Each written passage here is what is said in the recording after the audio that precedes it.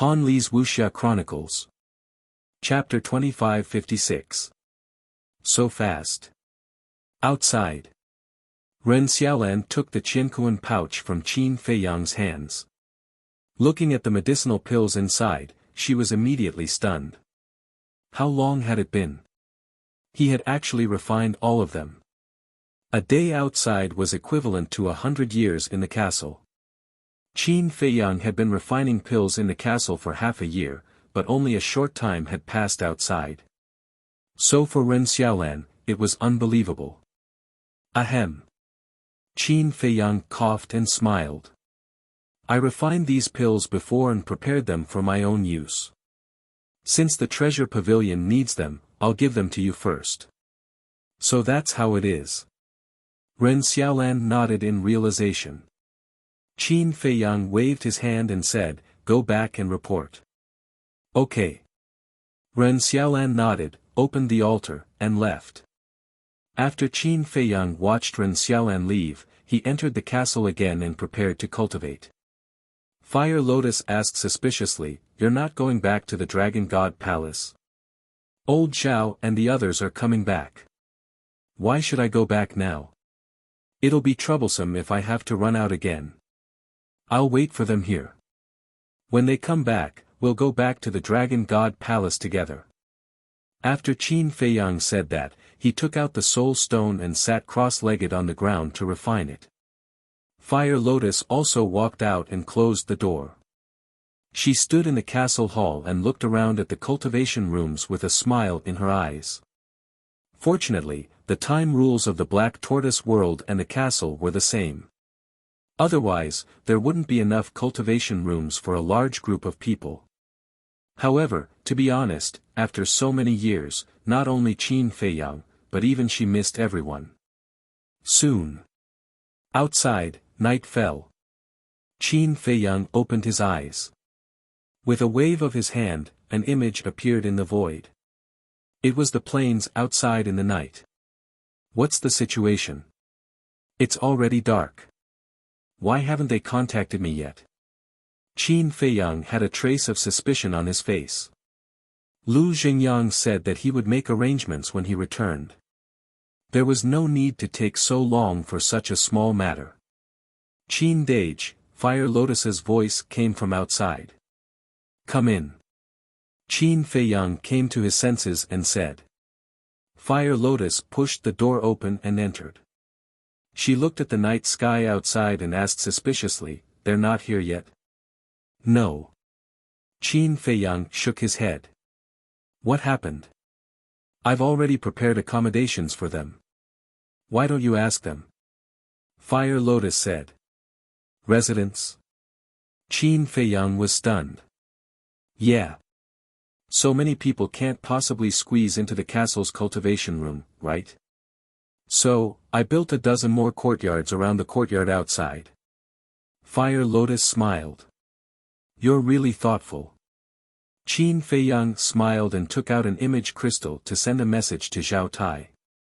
However, after waiting for a long time, Zhao Tai did not respond. Qin Feiyang frowned and sent a message to Tang Hai. But in the end, there was still no response. This, Fire Lotus was also a little dazed. Qin Feiyang then sent a message to the Mermaid Princess, Qin Rushuang, Dan Wangkai, Willow Tree, Yu Huang, Blood Kirin and the other beasts. But none of them responded to him. This made Qin Feiyang's brows furrow even tighter. Fire Lotus asked, Qin Dage, did something happen? I don't think so. Qin Feiyang shook his head. Everyone followed the ancestor, what accident could there be? Maybe they were delayed by something. Wait a little longer. Outside. Another day passed. And in the castle, 100 years had passed. However, no one sent a message. Qin Feiyang finally couldn't sit still anymore. He got up and walked out of the cultivation room. Standing in the castle hall, he said, Jiang Dafei, come out for a moment. Soon. Jiang Dafei ran out of a cultivation room and asked, Young master, what's the matter? Qin Feiyang said, "Send a message to the Divine General, I have something to ask him." Okay. Jiang Dafei looked at Qin Feiyang suspiciously and took out the image crystal. At this time, Fire Lotus also walked in from outside. Buzz. A moment later, the Divine General's shadow appeared. "Greetings, young master." The Divine General bowed. Qin Feiyang said, "Help me ask." Before Qin Feiyang could finish, the Divine General smiled and said, "Young master, do you want to know about the Mermaid Princess and the others?" "How do you know?" Qin Feiyang was suspicious. "I was going to contact you and report this to you. Emperor Qin just sent me a message saying that the Mermaid Princess and the others won't look for you for the time being." The Divine General smiled. "Why?" Qin Feiyang frowned. "They are now at a critical juncture of their seclusion, so it's not good to disturb them." The Divine General said. "I see." Qin Feiyang nodded and said with a faint smile, "I thought something happened." "How is that possible? Where else is safer than staying with the two sovereigns?" The Divine General was speechless. "Okay then. Tell them for me that I'll wait for them on the plains outside the Dragon God Mountain." Qin Feiyang said. "Okay." The Divine General nodded. When Jiang Dafei turned off the image crystal, the Divine General's face suddenly darkened and he activated the image crystal again. Buzz. Soon, Qin Baishan's shadow appeared. "Emperor Qin." The Divine General bowed respectfully. "What's wrong?" Qin Batian looked at him suspiciously. The Divine General said in a low voice, "Qin Feiyang sent this subordinate a message earlier, asking about the Mermaid Princess and the others." "What did you say?" Qin Batian was shocked and asked hurriedly. "This subordinate told him that everyone is in seclusion, and he believed me. However, he's still waiting outside the Dragon God Mountain." The Divine General said. Qin Batian could not help but frown. "My lord, we can only delay for a while. We have to think of a way quickly. You know Qin Feiyang's temper. If he knows about this, I'm afraid he won't let it go." The Divine General said. "I know. Try to delay it. I'll think of a way as soon as possible." Qin Batian nodded. "Okay. My lord Qin, what do you think Supreme Cloud and the others are thinking? Don't they know Qin Feiyang's temperament? He's amenable to persuasion but not coercion. This will only anger him." The Divine General frowned.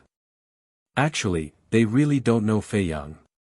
With Lu Zhengyang and I around, there's no need to worry about the Mermaid Princess and the others' safety. I'm just worried that this matter will affect the future of the dragon-slaying palace." Qin Batian sighed. The Divine General was also worried when he heard this. "Let's leave it at that for now. I hope that Feiyang will enter the Nether King's hell.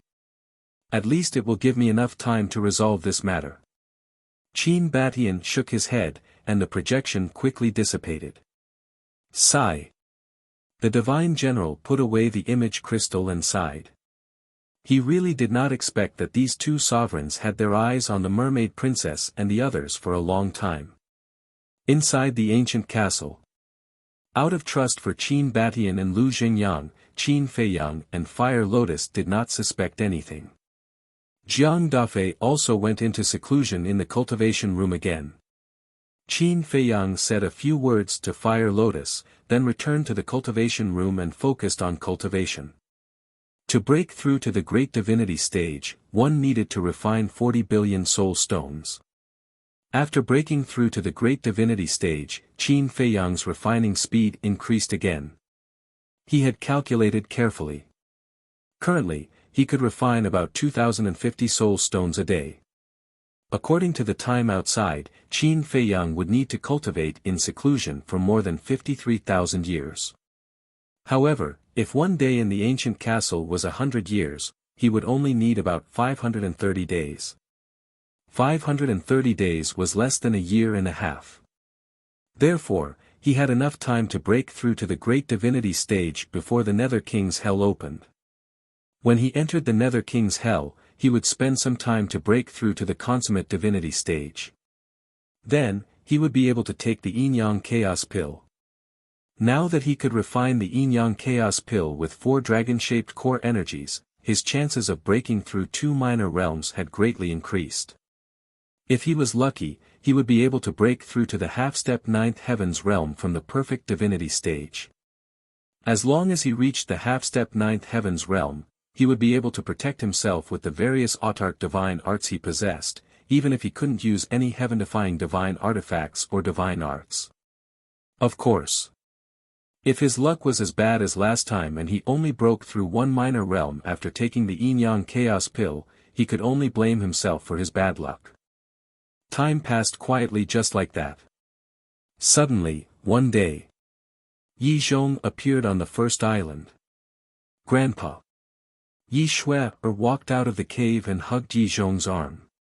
She giggled. Grandpa, how have I been recently? Barely. Yi Zhong nodded. Yi Shui paused, then said unhappily, I've been cultivating all day, and you call that barely? Yi Zhong said calmly, you want Grandpa to praise you, but Grandpa won't. Humph, Yi Shui pouted and snorted unhappily. Where's Li Bu? That kid is too disrespectful. I came here personally, so he should at least come out. Li Zhong lowered his head and looked at Qin Feiyang's cave and raised his eyebrows. He's not in the cave. Yi Shui shook her head. Not in. Yi Zhong was stunned. Yes. I don't know where he went, but I saw him sneaking away with Frenzy a while ago. Yi Shui said. Sneaking. Yi Zhong frowned. They must be up to something. Yi Shui looked at Yi Zhong suspiciously. Grandpa, what are you doing here? The Nether King's Hell is about to open, so I'm here to see if you're honest. You're not bad. But Li Bu, no. Shui, when he comes back, you must keep an eye on him for me, in case he sneaks to the Nether King's Hell. Yi Zhong reminded. Yi Shui was stunned and smiled. Grandpa, it seems that you're still quite concerned about him. Concerned about him? You're thinking too much. I just don't want him to embarrass me in the Nether King's Hell. More importantly, he doesn't know his place at all. He likes to mess around all day long. Yi Zhong snorted coldly. Yes, yes, yes. You're right. Anyway, I know that you have a sharp tongue but a soft heart. Yi Shui smiled. Yi Zhong smiled awkwardly and said, all right then, continue to be conscientious. Don't be led astray by Li Bu, Can you stop saying that? I'm not a child. Yi Shui complained unhappily. In my eyes, you'll always be a child. Yi Zhong rubbed Yi Shui's head with a loving expression. Hee hee. Yi Shui smiled and lowered her head, her face full of bliss. Chapter 2557. One day. Qin Feiyang's cultivation finally broke through and stepped into the great success stage, one step closer to the 9 Heavens realm. But he didn't come out of seclusion. He looked for fire lotus and brought all kinds of medicinal herbs to refine pills. Especially Spirit Sea Pill, Divine Power Pill, Divine Soul Pill, Heavenly Dust Divine Pill, Divine Life Pill, and so on. Spirit Sea Pill, Repair Qi Si. Divine Power Pill, Restore Divine Power. Divine Soul Pill, Restore Divine Soul. Divine Life Pill, Heal Injuries. Heavenly Dust Divine Pill, Increase Cultivation. In the Nether King's Hell, these pills were definitely needed the most. Qin Feiyang had refined a lot of them in case of emergencies. For example, he had refined more than 100,000 divine life pills, all of which had 4 dragon-shaped pill qi. Phew! After refining the pills, Qin Feiyang walked out of the castle, looked at the medicinal field outside, and let out a long breath. Alchemy was truly an exhausting task. Right now, he especially missed Dan Wangkai.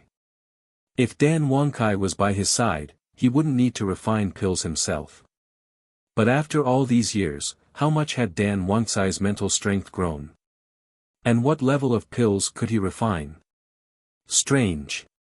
Why haven't they come to find me yet? Qin Feiyang gradually frowned. What were these guys doing? Qin Dage. At this time, Fire Lotus walked over from afar with a faint smile on her face.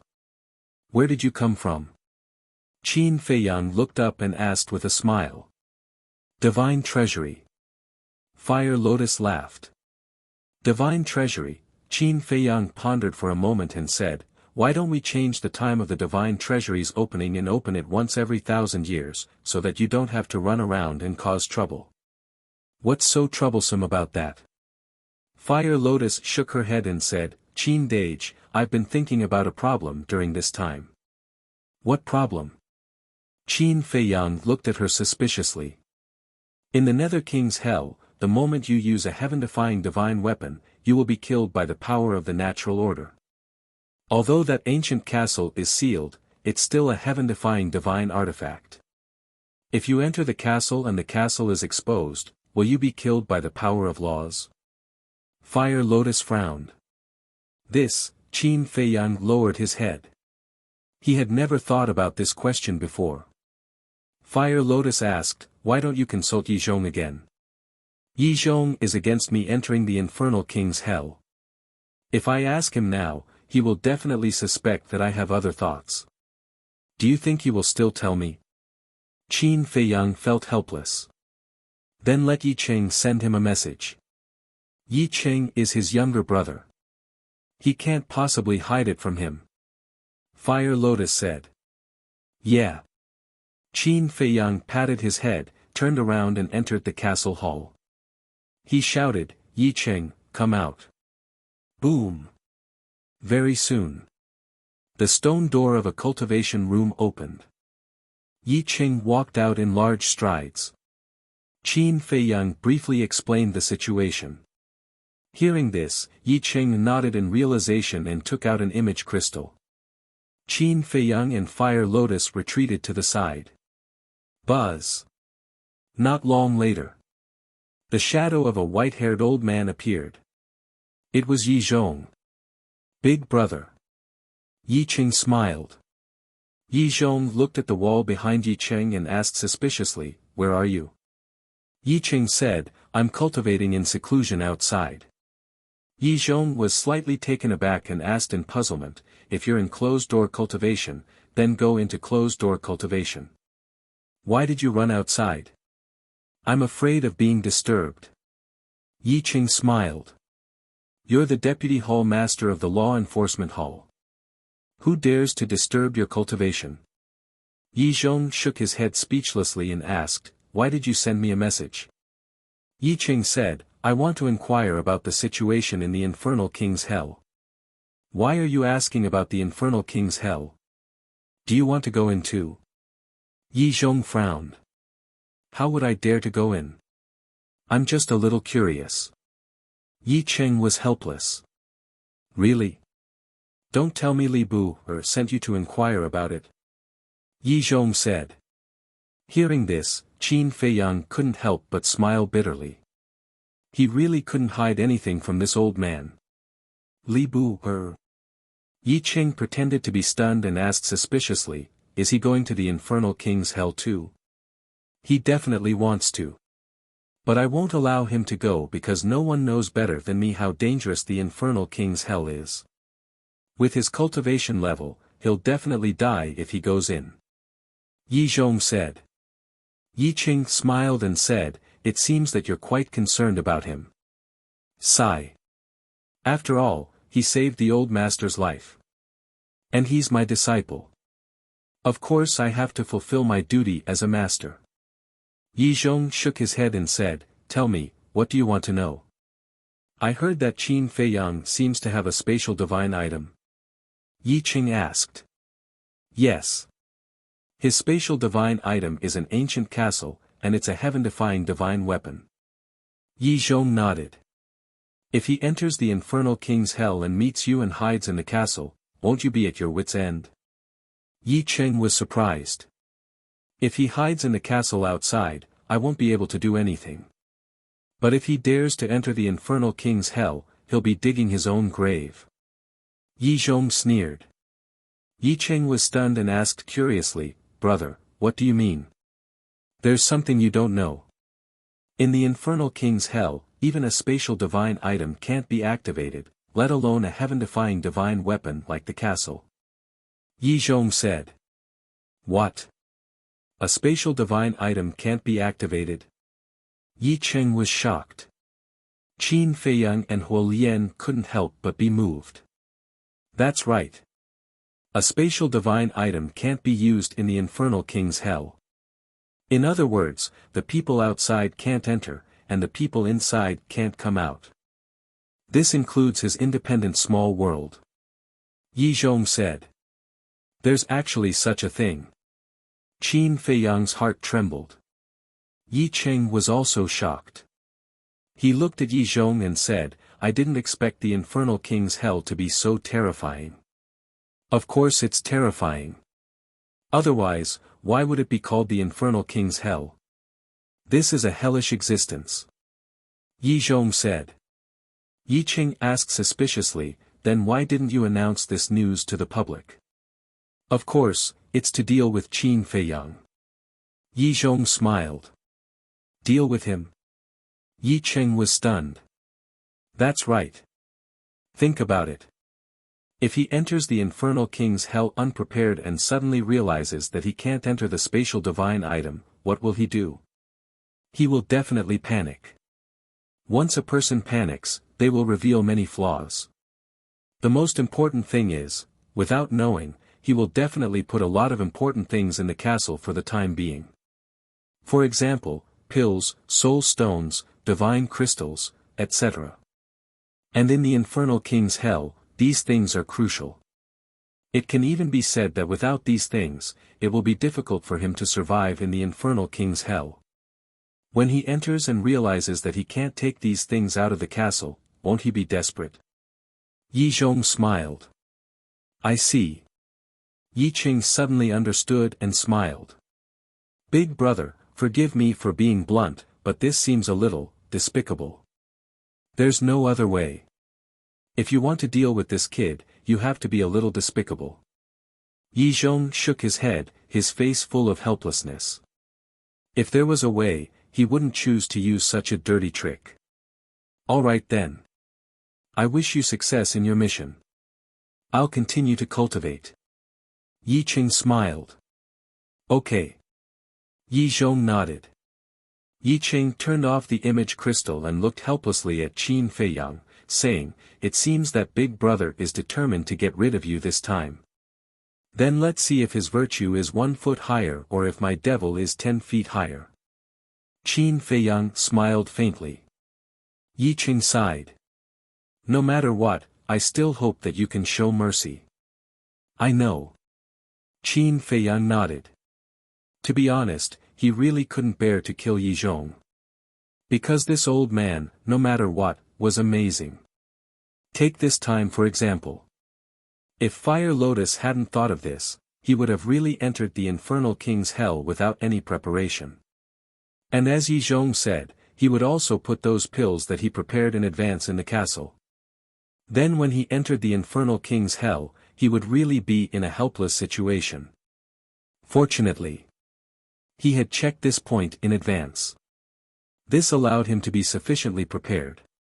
Qin Dage, not being able to enter the castle in the Black Tortoise world is not a small matter, you have to make arrangements in advance. Fire Lotus asked. There's nothing to arrange. You all cultivate well in the castle and the Black Tortoise world, I will go to the infernal king's hell alone. Qin Feiyang said. What? You're going alone? Fire Lotus was shocked. Yes. Qin Feiyang nodded. I don't agree. Fire Lotus shook her head. I don't agree either. Yi Cheng also spoke. If he went to the infernal king's hell alone, then Qin Feiyang would have to face the dragons alone. Wasn't this courting death?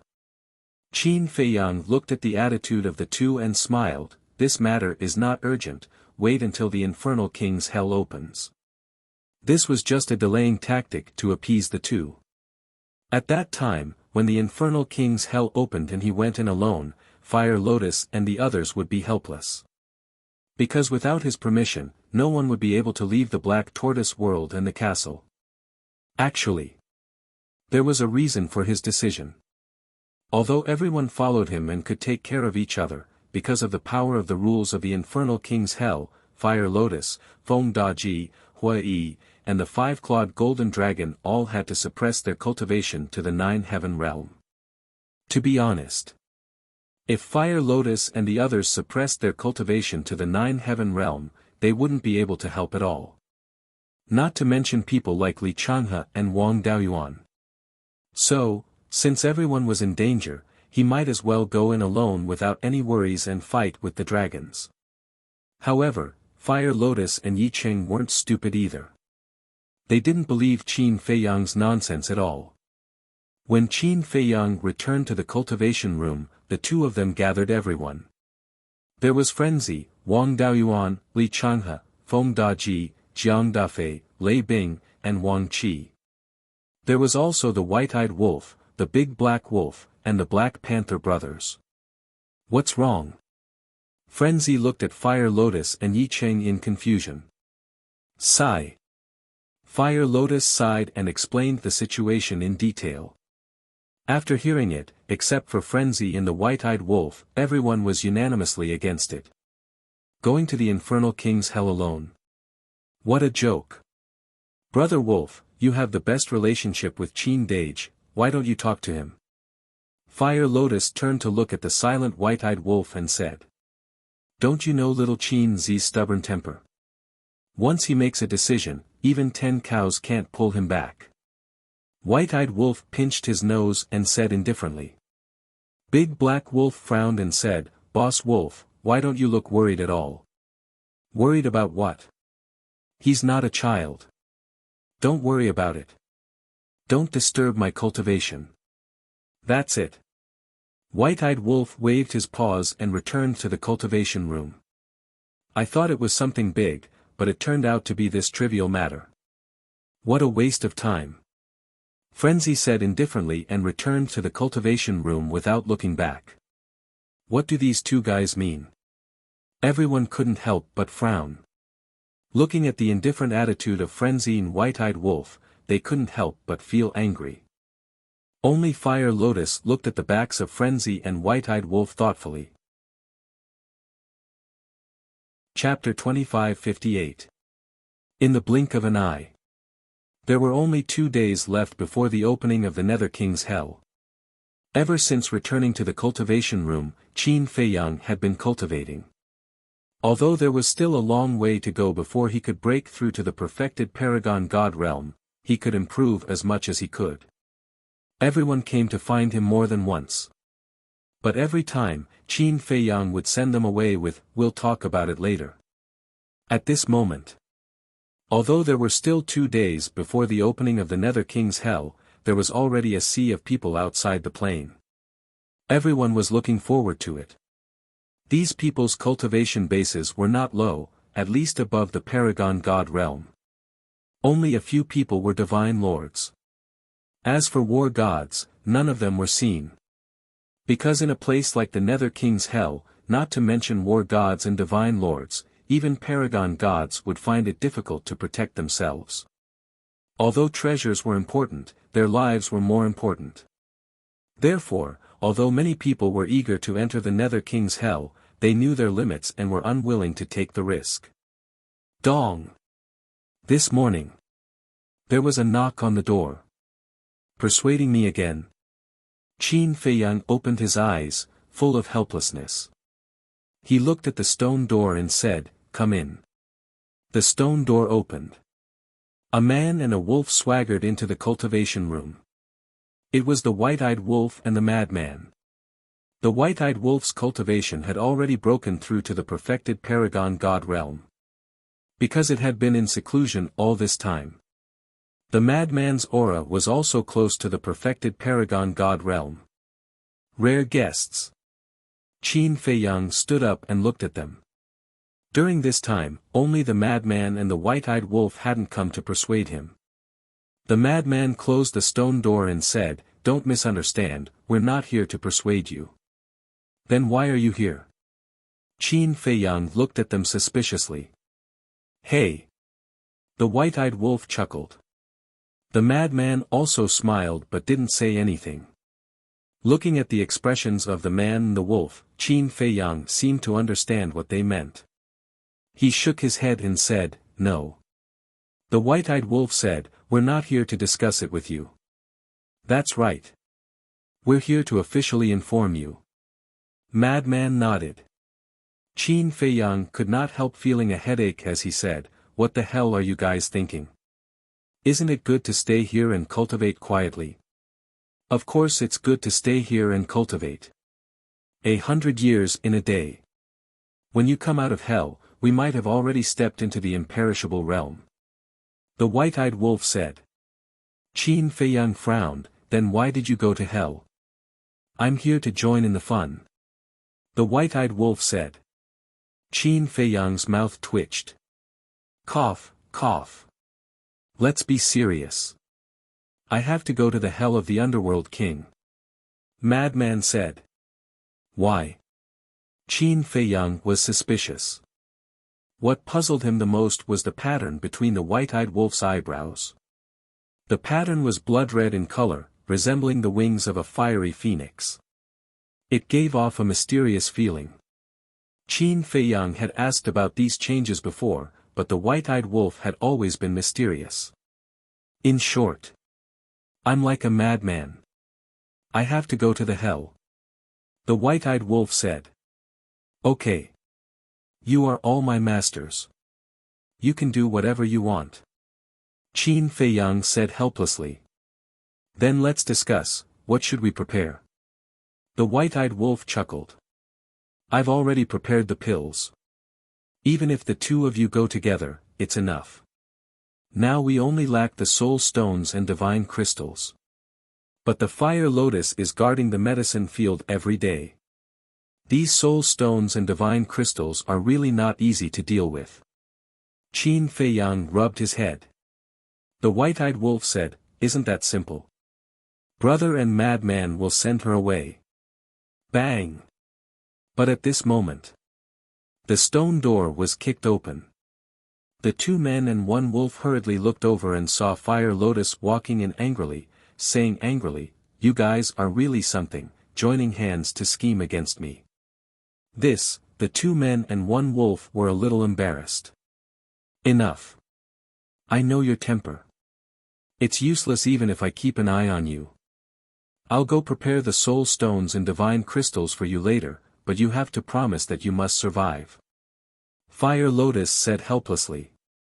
"Of course." Qin Feiyang laughed. Fire Lotus rolled her eyes and asked, "Then what about Jiang Dafei, Lei Bing, and Wang Qi? They are all city lords now, so they can't stay in the Black Tortoise realm forever." Qin Feiyang was startled, and said, "Then have their cultivations broken through?" "Jiang Dafei has already broken through a long time ago.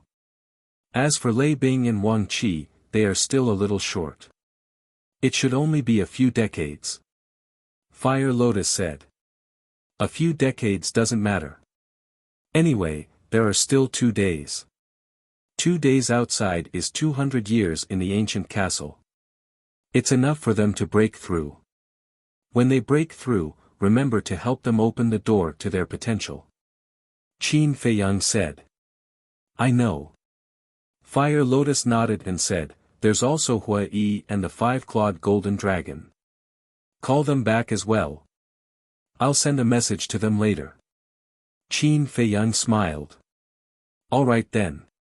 Fire Lotus looked helplessly at the two men and the wolf, then turned and walked out. Qin Feiyang looked at the madman and the white-eyed wolf, and said with a smile, "Fortunately, this girl is easy to talk to, otherwise I really don't know how to persuade her." After saying that, he took out the image crystal. Wang! Not long later, Hui Yi's shadow appeared. Qin Feiyang asked, "Where?" "In the south with Xiao Jin." Hui Yi said. "What are you doing in the south?" Qin Feiyang was suspicious. "You don't know, the identity of the young lord in the south is too mysterious. We still haven't investigated his identity." Hui Yi said. "It can't be." Qin Feiyang was stunned. "I'm not joking with you. Even now, I haven't seen him. It's as if this person doesn't exist at all." Hui Yi said. "So mysterious?" Qin Feiyang frowned. "However, we have investigated Diyuntian and Wu Baichuan very clearly. This time, they will also use the identity of a disciple of the Dragon God Palace to enter the Underworld King's Hell." Hui Yi said. "They are also disciples of the Dragon God Palace?" Qin Feiyang was stunned. "Yes. The two of them have already entered the Dragon God Palace in the east and west." Hui Yi nodded. Qin Feiyang suddenly understood and said, "Then you guys come back first and meet at Black Tortoise Mountain." "Okay." Hui Yi responded and turned off the image crystal. Even Hui Yi and the five-clawed golden dragon can't find out the identity of this person. Why do I feel that he is even more mysterious than us? The white-eyed wolf looked at Qin Feiyang and the madman in disbelief.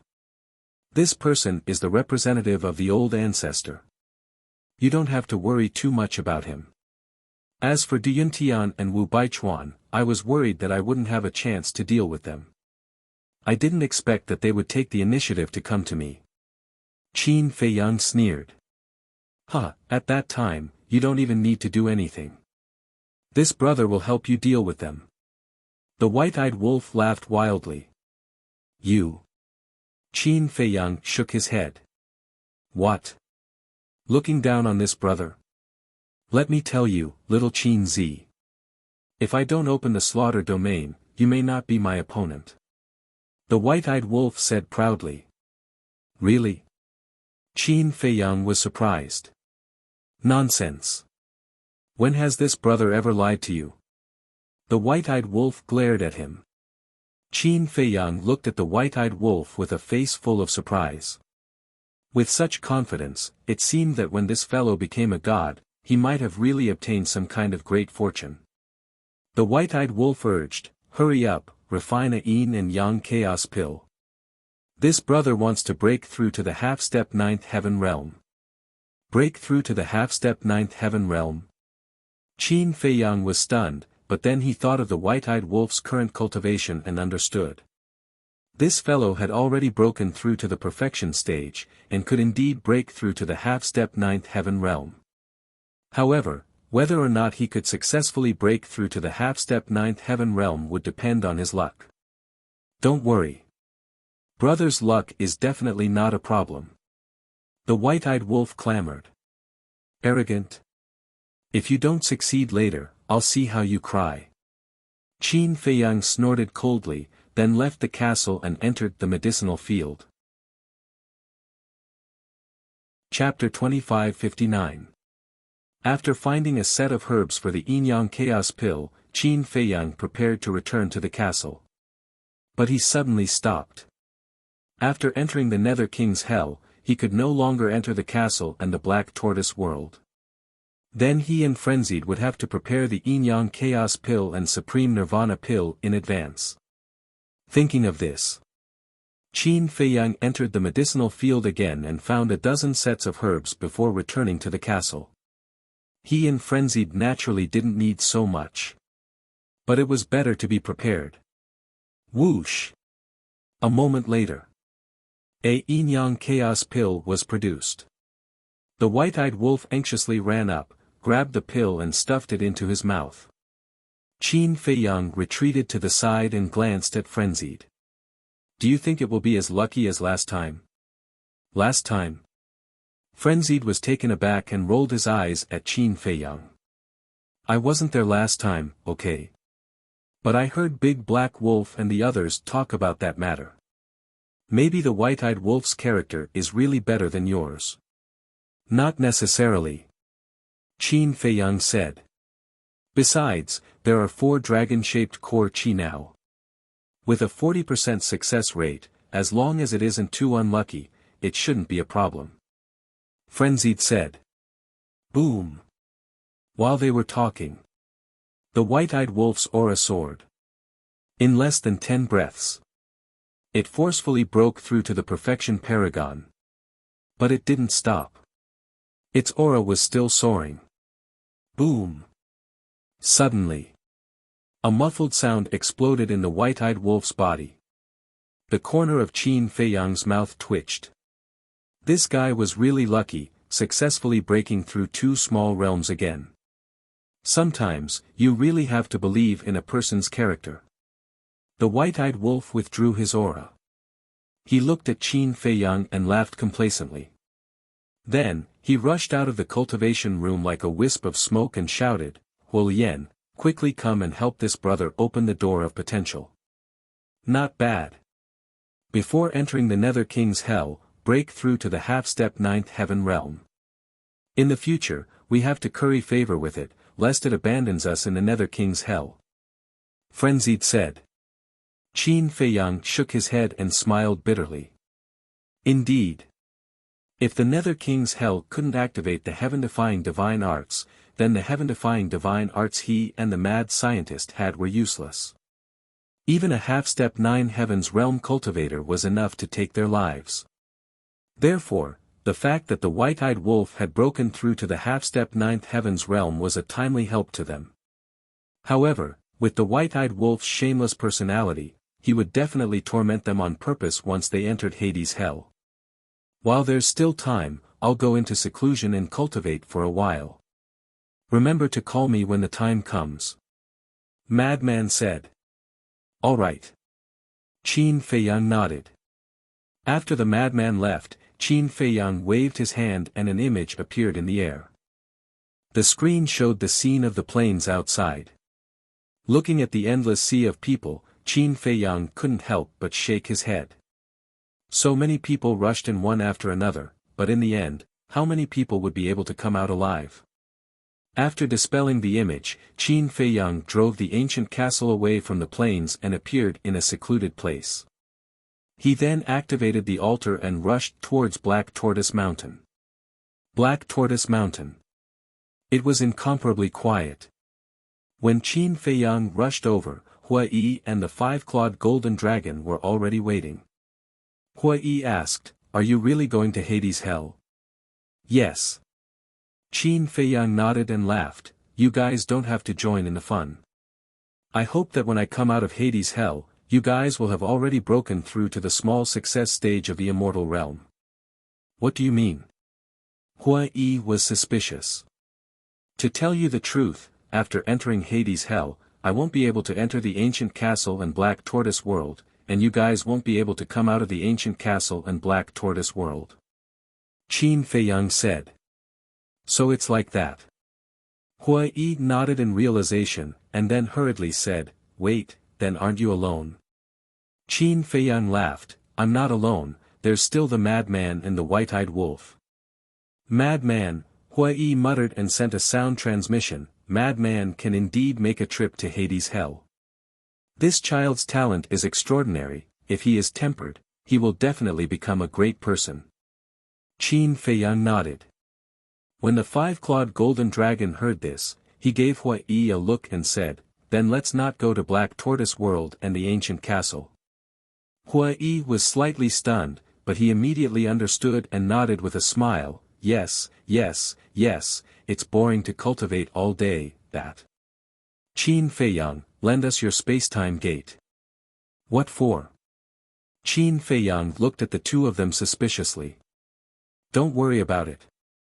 Hua Yi said. Are you sure you don't want to go to Black Tortoise World and the ancient castle? You have to know that Foam Daji and Fire Lotus will be staying there. When they come out of Hades' hell, their cultivation will definitely surpass yours. Qin Feiyang said. When the two of them heard this, they began to hesitate. Qin Feiyang looked at the two of them and asked tentatively, Do you want to go to Eastern Tomb's Heaven Immortal Tower? Cough cough. The two of them immediately coughed, and their expressions were a little awkward. You guys. Qin Feiyang shook his head speechlessly, took out the space-time gate, and said, take it, but you have to come back after midnight. I don't object to drinking, but you can't neglect your cultivation. All right. The five-clawed golden dragon nodded repeatedly.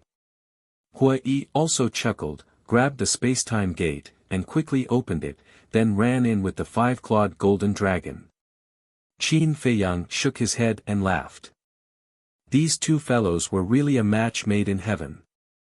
Then, Qin Feiyang also entered the ancient castle and continued to cultivate. But suddenly, he frowned. What was going on with Zhao Tailai and the others? Why hadn't they come looking for him yet? He took out the image crystal again and sent a message to everyone. But just like last time, it was like a stone sinking into the sea. Qin Feiyang was not in the mood to cultivate for a moment. Sitting in front of the desk, he couldn't help but feel upset. Qin Dage, these are the soul stones and divine crystals I prepared for you. There are tens of trillions of soul stones. As for divine crystals, I have also prepared trillions. It should be enough for you. After a while, Fire Lotus came in with dozens of interspatial rings. Qin Feiyang nodded. Seeing that Qin Feiyang was absent-minded, Fire Lotus put the interspatial rings on the table and asked suspiciously, what's the matter? What do you think is going on with old Zhao and the others? Even if they are in closed-door cultivation, it shouldn't take so long, right? Let's talk about it later. With so many people, it's impossible that they are all at the critical moment of closed-door cultivation. Qin Feiyang frowned. Fire Lotus was stunned and nodded. After hearing what you said, it's a little strange. It's too much of a coincidence that they are all at the critical moment of closed-door cultivation. Fire Lotus, do you think this divine general is hiding something from me? Qin Feiyang looked up at Fire Lotus and asked. I don't know. Fire Lotus shook her head and said, do you want me to call Jiang Dafei and ask him again? Okay. Qin Feiyang nodded. Fire Lotus turned and walked out. After a while, she came back with Jiang Dafei. Did you break through? Qin Feiyang asked with a smile. Yes. Jiang Dafei nodded and said with a smile, it's all thanks to this time formation. Otherwise, I don't know how long it would take for me to break through. Qin Feiyang smiled and said, send another message to the Divine General. I want to ask him something. Okay. Jiang Dafei took out an image crystal. Buzz. The Divine General's image soon appeared and said with a smile, young lord, what can I do for you? Don't play dumb with me. Mermaid Princess and the others are still in closed-door cultivation. Qin Feiyang asked. Why are you in such a hurry? They will come to you when they are out. The Divine General said. Qin Feiyang stared at the Divine General and asked, are you sure you have nothing to hide from me? The Divine General panicked, but he immediately calmed down and said with a wry smile, if it were someone else, I might have the guts, but I don't dare to do that to you, young lord. You better not. Otherwise, you know the consequences. Help me hurry them up. The Hell of the Underworld King is about to open. They have to come here before the Hell of the Underworld King opens. Qin Feiyang said. The Divine General's expression stiffened and he said with a smile, young lord, forgive me for being blunt. If you are determined to go to the Nether King's Hell, I personally think that the Mermaid Princess and the others should stay in the Dragon Slayer Palace for the time being. Why? Qin Feiyang frowned. Because it's safe. If you go to the Nether King's Hell, what if something happens to you? Won't they be implicated? The Divine General said. Qin Feiyang was stunned. He looked at Fire Lotus and said, that makes sense. Fire Lotus nodded. Don't worry. They will stay in the Dragon Slayer Palace with the protection of two sovereigns. It's safer than anywhere else. The divine general smiled. All right then. Qin Feiyang nodded. The divine general said, I still have something to do. That's all for now. Okay. Qin Feiyang said. After the divine general turned off the image crystal, he couldn't help but heave a long sigh of relief. He had finally fooled them. However, this wasn't a long-term solution. Because paper couldn't be kept secret. Sooner or later, Qin Feiyang would find out. In the ancient castle. Ancestor definitely wouldn't lie to me. Jiang Dafei, continue to cultivate. When the Nether King's hell opens, you, Lei Bing, and Wang Qi will return to your posts. During my absence, you must control the situation in the north. Qin Feiyang instructed. Understood. Jiang Dafei replied respectfully. Oh, right. There's one more thing. Duyuntian and Wu Baichuan will also enter the Nether King's hell. At that time, you should secretly contact the people from the east and west regions. I want all of these people to be my subordinates. Qin Feiyang said. What? Jiang Dafei was shocked and hurriedly said, Young master, you're crossing the line. The first ones to cross the line are Duyuntian and Wu Baichuan. As for the list of people from the east and west regions, you should go to the divine general. Qin Feiyang said. Jiang Dafei couldn't help but smile bitterly. It seemed that what Duyuntian and Wu Baichuan had done had angered the young master. Okay. We'll definitely complete the task. Jiang Dafei replied respectfully. Complete the task and I'll reward you handsomely. Qin Feiyang said with a smile. Thank you, young master. Jiang Dafei wasn't afraid of other things. He was only afraid that this would anger the sovereigns behind Duyuntian and Wu Baichuan. The anger of two sovereigns was no joke. However, the young master didn't seem to care. Go. Qin Feiyang waved his hand. This subordinate will take his leave. Jiang Dafei bowed respectfully and turned to leave. Qin Feiyang also stood up and looked at Fire Lotus with a smile. Girl, I'll have to trouble you with the Black Tortoise world in the future. You can go and explore in peace. You don't have to worry about the Black Tortoise world. Fire Lotus said. It's good to have you. Qin Feiyang smiled slightly. Fire Lotus's cheeks reddened. Buzz. At this time, Qin Feiyang's image crystal rang. Qin Feiyang was stunned and then took out the image crystal. Immediately, 4 familiar silhouettes appeared. Qin Feiyang looked at the 4 people in shock. Surprised. We actually took the initiative to send you a message. One of them laughed. It's quite surprising. Qin Feiyang smiled faintly and asked, How's it going? Are you doing well in the Dragon Slayer Palace? These 4 people were the demon ancestor, Mu Tianyang, Mu Qing, and Dong Xingyang. Chapter 2560. Of course it's not bad. You don't have to care about anything. Just focus on cultivation and endless resources. Are you envious of us? As a descendant of Qin Batian, you still have to fight for yourself. Mu Tianyang looked at Qin Feiyang proudly. I'm sorry. I'm a person who doesn't like to reap without sowing. You can only have a clear conscience if you work hard to get it.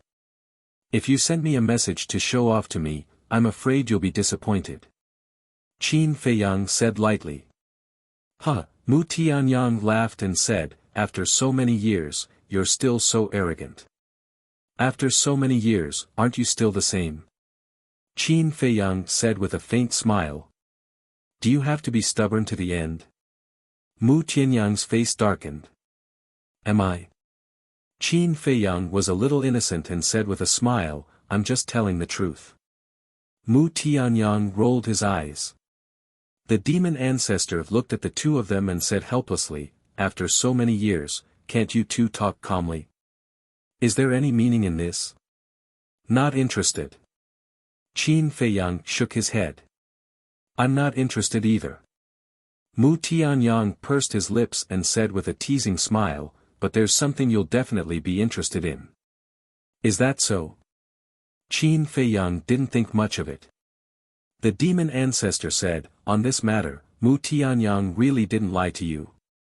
Qin Feiyang was stunned and said with a frown, don't tell me you guys want to go to hell too. No, no, no. We're not interested in hell. Dong Jingyang waved his hand. Then what is it? Qin Feiyang was suspicious. It's about the mermaid princess and the others' current situation. The demon ancestor said. Qin Feiyang was bewildered. Qin Badian and Lu Jingyang told us not to tell you about this matter. But we thought about it and felt that it was unfair to you, so we decided to send you a message. Said the fiend ancestor. What's going on? Qin Feiyang's face darkened. He didn't expect that the ancestors and old ancestor were really hiding something from him. The last time Lu Jingyang came to see you, didn't you agree to let the mermaid princess and the others return to your side? Ancestor Fiend asked. That's right. I believe that all of you should already know that the Black Tortoise World and the ancient castle's current time rules. Staying in the dragon-slaying palace will only delay their future. Qin Feiyang said. 100 years in a day. We really want to go too. How about it? Can you give us a chance? Mu Tianyang smiled. Qin Feiyang coldly looked at him. He continued to look at Demon Alpha. This matter started from the time when it happened in the plains. At that time, the dragon's princess and the black dragons pretended to be Lin Yi and her disciple to lure you there.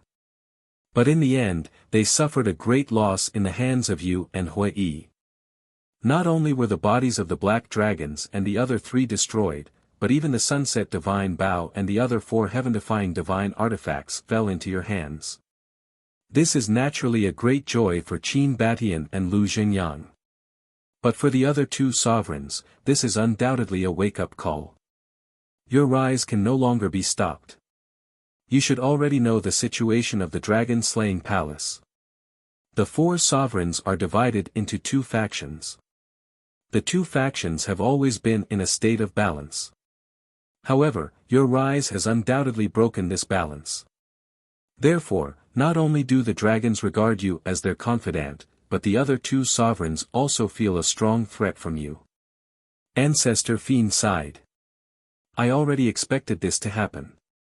Qin Feiyang nodded. We also know that with your brain, you must have expected it.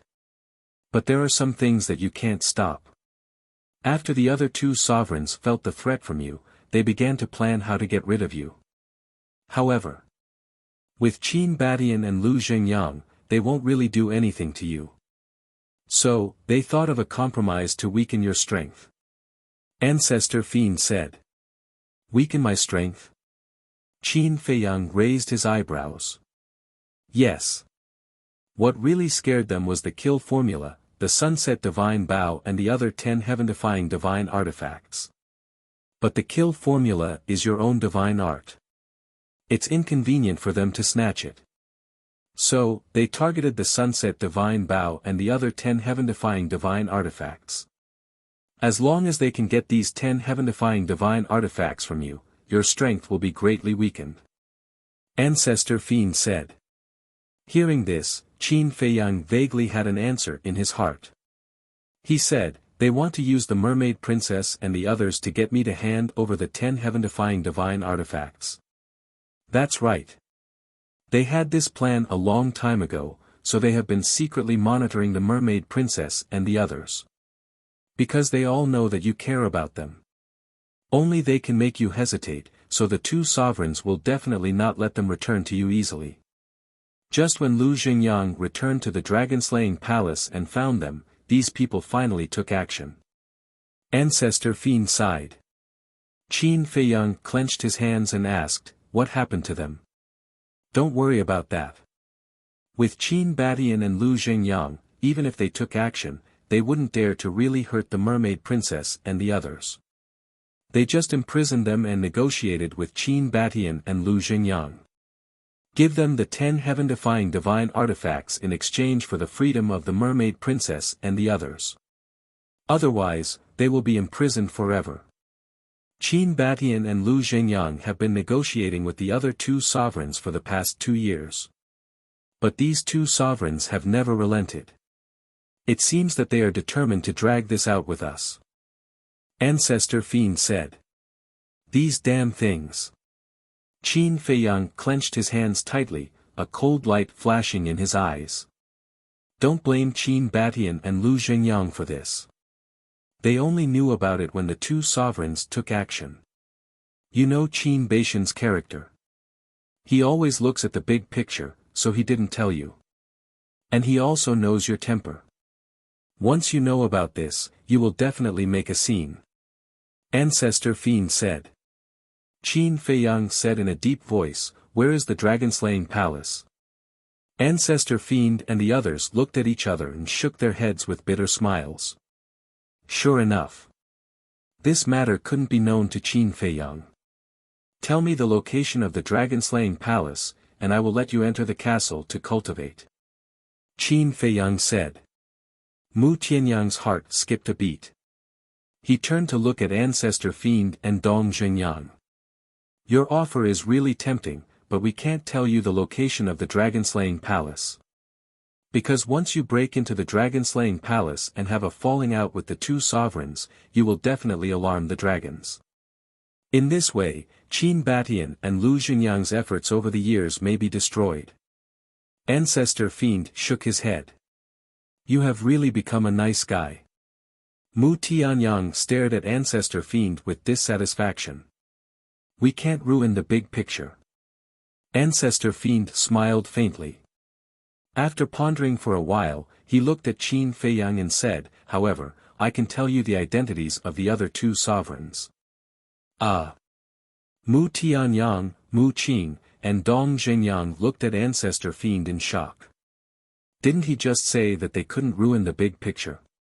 Why did he tell Qin Feiyang the identities of the other 2 sovereigns in the blink of an eye? One had to know.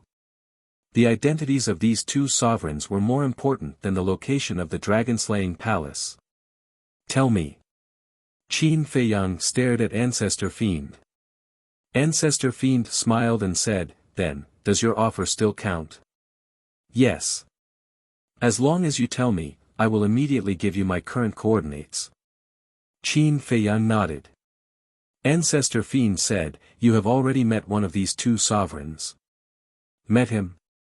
Qin Feiyang was stunned. Yes. Ancestor Fiend nodded. Qin Feiyang frowned. He had actually met him. The strength of the 4 sovereigns of the dragon-slaying palace was about the same as Ancestor Dragon. In his impression, there seemed to be no one else other than Yi Zhong. Could it be Yi Zhong? Qin Feiyang was surprised. But as soon as he said that, he began to regret it. If it was really Yi Zhong, then why did the ancestor give him the task to persuade Yi Zhong to join the dragon-slaying palace? Obviously. This person was not Yi Zhong. How could it be Yi Zhong? Ancestor Fiend smiled. Qin Feiyang frowned.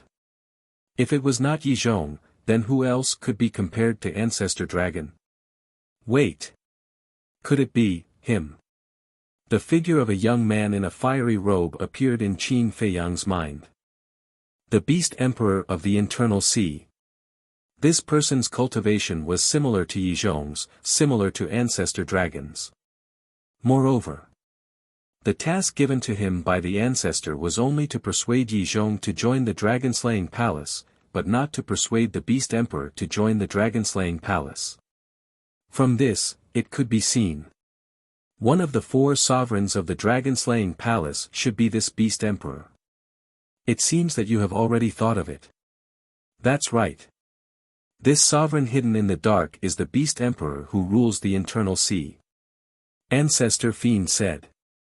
Qin Feiyang asked, what about the other one? Ancestor Fiend smiled faintly, you may be unfamiliar with the other one, the Chief Pavilion Master of the Treasure Pavilion. So it's him. Qin Feiyang's heart trembled.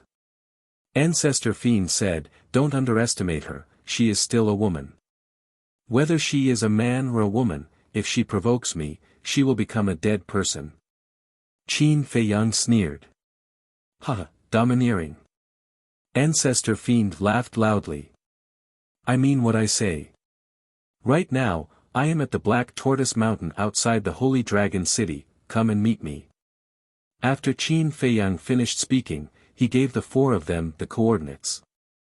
Ancestor Fiend smiled and said, "All right, we will go right away."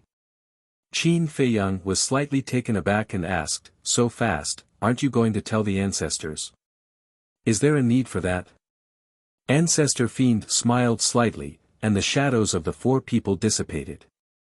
Qin Feiyang also put away the image crystal, looked up at Fire Lotus, and asked, "What do you think of this?" Fire Lotus shook her head and said, "Ancestor Fiend has no need to lie to you about this." "That's what I think too." Qin Feiyang nodded. "Then what do you plan to do?" Fire Lotus asked. "Since they have done something wrong, they naturally have to pay the price." Qin Feiyang smiled coldly. Fire Lotus smiled. No matter what Qin Feiyang did, she would support him unconditionally. Qin Feiyang said, "Go clear a few courtyards and settle them down later." "Okay. Speaking of which, it is also a great thing for us that these people have come to our side." Fire Lotus smiled. "Indeed. Not to mention the Ancestor Fiend and Mu Tianyang's heaven-defying artifacts, even Mu Qing's all-seeing eye will be of great help to us. If Dong Xingyang's eye of destiny can be opened, he will be invincible." Qin Feiyang said. Fire Lotus nodded. Chapter 2561. Qin Feiyang left the castle. After waiting for a while, the demon ancestor and the others arrived at Black Tortoise Mountain. "You're here to welcome us personally." Mu Tianyang laughed. "Are you trying to make your presence known all the time? Are you afraid that others won't notice you?" Qin Feiyang frowned. Mu Tianyang's expression froze. "What's wrong with this person? Did he eat gunpowder? He's insulting me the moment he sees me. Let me tell you, I can send you to the Black Tortoise world. But remember, if anyone dares to act recklessly, don't blame me for being ruthless." Qin Feiyang looked at the four of them and said. The demon ancestor smiled faintly. "Don't worry about that. We're here purely to cultivate." "That's good." Qin Feiyang nodded and asked suspiciously, "Did you bring the heaven-defying artifacts?" "Of course. How can we be at ease letting them stay in the dragon-slaying palace?" the demon ancestor said. "All right then." Qin Feiyang nodded and prepared to send the four of them to the Black Tortoise world. "Wait a moment." The demon ancestor waved his hand and asked, "How do you plan to solve this matter?" "Although I don't advocate violence, sometimes violence is the best way to solve a problem," Qin Feiyang said indifferently. The four of them looked at each other and couldn't help but laugh. It was indeed this guy's style. Qin Feiyang waved his hand and sent the four of them to the Black Tortoise world. Then, he flew to the top of a mountain and looked in the direction of the inland sea. Time passed by breath by breath. After dawn. Clang. In the sky. With a loud sound, a stone door opened. Two silhouettes walked out cheerfully. It was Hui Yi and the five-clawed golden dragon. When they saw Qin Feiyang standing at the top of the mountain, the two of them couldn't help but be startled. Hui Yi kept the spatial gate and landed beside Qin Feiyang. He asked suspiciously, "Why are you standing here alone?" "You're back." Qin Feiyang came back to his senses and looked at the two of them. "What's the situation? The opening of the space-time gate caused such a huge commotion, yet you didn't notice it." Hui Yi and the five-clawed golden dragon looked at Qin Feiyang in surprise. Why did it feel like this person had a lot on his mind? "How much celestial immortal wine did you make?" Qin Feiyang asked with a smile. Almost emptied the wine cellar of the Heaven Immortal Tower. Hua Yi chuckled. Qin Feiyang shook his head speechlessly. These two were really drunkards. You look so absent-minded. Did something happen? Hua Yi looked at him suspiciously. Yes. Qin Feiyang nodded. She briefly described the situation of the mermaid princess and the others. Bastard. He had heard of it. Hua Yi was also furious. He was a famous emperor of the dragon-slaying palace, yet he had done such a shameless thing. The five-clawed golden dragon also shook his head. He was quite familiar with the Beast Emperor. However, he never expected that the Beast Emperor was one of the four emperors of the dragon-slaying palace. Qin Feiyang took the face-restoring pill and recovered his true appearance. He smiled and said, "Let's go to the inland sea. Don't be impulsive. Although the Beast Emperor is the emperor of the dragon-slaying palace, the dragons don't know that. If you attack the Beast Emperor, the dragons will definitely not sit back and watch. But if you reveal the Beast Emperor's identity, it will definitely affect the dragon-slaying palace." The dragon-slaying palace was founded by Qin Batian and Lu Xingyang. I don't know how much effort they have put in. You can't destroy their efforts. Hua Yi hurriedly said. I know. But if I don't vent my anger, I will feel uncomfortable. Qin Feiyang clenched his hands, opened an altar, and directly stepped on it. Hua Yi smiled helplessly and recovered his true appearance. As for the five-clawed golden dragon, he changed his appearance slightly and put on a mask. The inland sea. In the battle back then, the inland sea was destroyed. Not even a drop of seawater was left. But now, the dry inland sea was filled with seawater again. There were also countless sea beasts. These seawater and sea beasts were all transferred from the North Sea and the other four seas. The sovereign divine realm had also disappeared. Qin Feiyang and the other two stood on the shore. The waves surged one after another, hitting the shore with deafening sounds. Have you really thought about it? Hua Yi asked. There's nothing to think about. Qin Feiyang smiled coldly. With a wave of his hand, the sunset divine bow and the other 10 heaven-defying divine artifacts appeared. Why did you come to the inland sea again? The sunset divine bow's artifact spirit was shocked. Qin Feiyang didn't answer. Instead, he asked, are there any restrictions when the sovereign divine realm opens? There are restrictions. It can only be opened once every 10 years. Each time, it can last for half a year. The artifact spirit said. It hasn't been 10 years since the last time. In other words, we just have to be careful of the sovereign divine weapon. Qin Feiyang whispered. What are you trying to do? The artifact spirit was suspicious. The 10 heaven-defying divine artifacts didn't know what had happened in the dragon-slaying palace. Kill the Beast Emperor. Qin Feiyang said word by word. The five-clawed golden dragon sighed and said, I know where the Beast Emperor lives. Come with me. Whoosh! Immediately. Qin Feiyang, Hua Yi, and the 10 heaven-defying divine artifacts followed the five-clawed golden dragon and flew toward the depths of the inland sea. It's Qin Feiyang, Hua Yi, and the 10 heaven-defying divine artifacts. What are they doing in the inland sea? When the sea beasts in the inland sea saw Qin Feiyang and the others, their expressions changed drastically. Although they had migrated here from the four seas, they had long been aware of everything that had happened in the inland sea. These people were demons that couldn't be provoked. The Beast Emperor is not far from the Divine Dragon Island. We have to end this quickly. The five-clawed golden dragon warned. About half an hour later. A palace surrounded by flames was suspended in the air above the sea. One could feel a terrifying divine power from afar. That palace was a legendary divine artifact. That's the Beast Emperor's palace. The five-clawed golden dragon pointed at the palace and said. Qin Feiyang's eyes were filled with murderous intent as he shouted, "Sunset Divine Bow, destroy it." Boom! The Sunset Divine Bow immediately released a world-destroying aura, followed by the appearance of an arrow, which rushed madly toward the palace. Inside the palace, a young man in a fiery robe was sitting on a chair with his eyes closed to recuperate.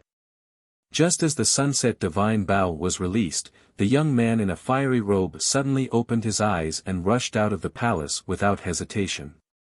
Boom! Just as the young man in a fiery robe left, the arrow bombarded the palace. Accompanied by an earth-shaking explosion, the palace was reduced to ashes on the spot. The young man in a fiery robe looked at the shattered palace and his face sank. He then looked at Qin Feiyang and the others and frowned. "What are you doing? Don't you know what I want to do? Before the dragons come, I'll kindly advise you to keep a low profile and don't do anything that brings about your own destruction." "Kill him!" Qin Feiyang shouted. The young man in a fiery robe's pupils contracted. What did that mean? Could it be that this kid already knew his identity? Clang! But he didn't have time to think about it. The Sunset Divine Bow and the other divine artifacts were already rushing toward him. The young man in a fiery robe looked rather flustered. You have to know. These were the 10 great divine artifacts. Even with his cultivation, he would only lose his life. Stop it for this sovereign. But suddenly, a cold shout sounded. Then, a terrifying dragon aura surged toward them. Qin Feiyang raised his head to look and saw a hazy silhouette flying towards him at lightning speed. It was none other than Long Zun. But Qin Feiyang didn't stop him. The 10 great divine artifacts didn't stop and attacked the young man in a fiery robe. With a painful scream, the body of the young man in a fiery robe was immediately shattered in the void. Even his divine soul had been torn apart. That divine soul turned out to be a Qilin. In other words, the true body of the young man in a fiery robe was a fire Qilin. And next to the divine soul, there was a black ancient mirror suspended in the air. Fire Qilin, Hua Yi was stunned. His aura is very unfamiliar to me. It should have nothing to do with the fire Qilin that I know. Qin Feiyang shook his head and looked at the black ancient mirror. That's his supreme artifact. The 5-clawed golden dragon transmitted its voice. Supreme artifact. Hua Yi's spirit shook and instantly rushed to the front of the divine soul, grabbing the black ancient mirror and the fiery robe young man's divine soul. I know, you must be like the other great ancestral dragons, splitting your divine soul in advance. I can't kill you. But it's good to collect some interest.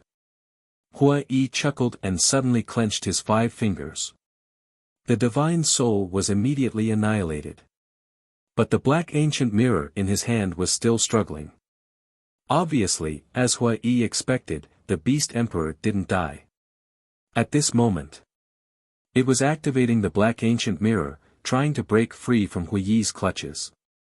But Hua Yi held it firmly and turned to the side of the Sunset God Bow. Without waiting for Hua Yi to speak, the Sunset God Bow released a wisp of divine sense and directly erased the blood contract of the black ancient mirror. Damn it! A roar suddenly sounded from the depths of Divine Dragon Island. The owner of this voice was the young man in a fiery robe. Let's go. Qin Feiyang glanced at Long Zun, then took Hua Yi, the 5-clawed golden dragon, and the 10 heaven-defying artifacts and turned to leave. Swish! Long Zun's speed was extremely fast, and in a few flashes, he was in front of them. Qin Feiyang said expressionlessly, "This time, I'm not targeting you dragons. I'm here for the Internal Sea's Beast Emperor, please step aside. The Beast Emperor belongs to us dragons. If you target him, isn't that the same as targeting us dragons?" Long Zun shouted. "Then what do you want?" Qin Feiyang said indifferently. The internal sea is not a place where you can come and go as you please. After Long Zun finished speaking, a terrifying aura slowly spread out. The sovereign divine domain can only be opened once every 10 years. Are you sure you want to start a war with me now? Qin Feiyang sneered. Long Zun's eyes sank, and he couldn't help but hesitate. Indeed. Starting a war at this time wouldn't benefit the dragons. Because if the Sunset God Bao and the other heaven-defying artifacts were unsealed and fully awakened, Divine Dragon Island would be the first to bear the brunt. Just as Long Zun was hesitating, Qin Feiyang's group of 3 and the 10 heaven-defying artifacts walked past Long Zun. Actually, you don't have to be so conflicted. Isn't the Nether King's hell about to open? Don't worry, I will definitely go. At that time, we will settle this once and for all in the Nether King's hell. Qin Feiyang said without turning his head. You, Long Zun looked at Qin Feiyang's back in bewilderment. Are you wondering how I found out about your scheme? This kind of thing, it's easy to figure it out. After Qin Feiyang finished speaking, he quickly disappeared at the end of the sea. Alright. Chapter 2563. Dragon God Mountain Range. Under the night sky, the mountains and rivers were dead silent. Qin Feiyang and the others flew out of the inland sea and stood above a mountain ridge. What's next? The 5-clawed golden dragon asked. Qin Feiyang waved his hand, and Feng Daji appeared. After all these years, Feng Daji's body had already been rebuilt. And he was still trying to reach the initial imperishable realm. Because he knew that Qin Feiyang's enemies would become more and more terrifying. A half-step imperishable realm cultivator would not be able to stand out in the near future. So if he didn't want to be eliminated, he had to work hard to become stronger. But this was only his one-sided thought. In fact, for Qin Feiyang, strength was not important. What was important was loyalty. As long as one was loyal, no matter who it was, he would not abandon them. Qin Feiyang looked at Feng Daji and said, you take 2 heaven-defying divine artifacts to the west. Hua Yi, you and Little Gold go to the south and east respectively. Just in case, each of you take a heaven-defying divine artifact. Your target is the treasure pavilions in the south, west, and east. Destroy as many as you can as quickly as possible. Qin Feiyang's eyes flashed coldly. Ha, interesting. Hua Yi and the 5-clawed golden dragon suddenly laughed. Qin Feiyang said, before dawn, come to the treasure pavilion in Holy Dragon City and find me. No problem. The 5-clawed golden dragon nodded and looked at Feng Daji. Do you know the coordinates of the west? Of course. Feng Daji smiled. As a half-step imperishable realm expert, what place in the divine land had he not been to? He did not know the 4 major divisions like the back of his hand, but he also knew the distribution of the major cities. Let's go. Qin Feiyang said. Then do you want to take some treasures back? Hua Yi smiled. Up to you. Qin Feiyang smiled. Ha.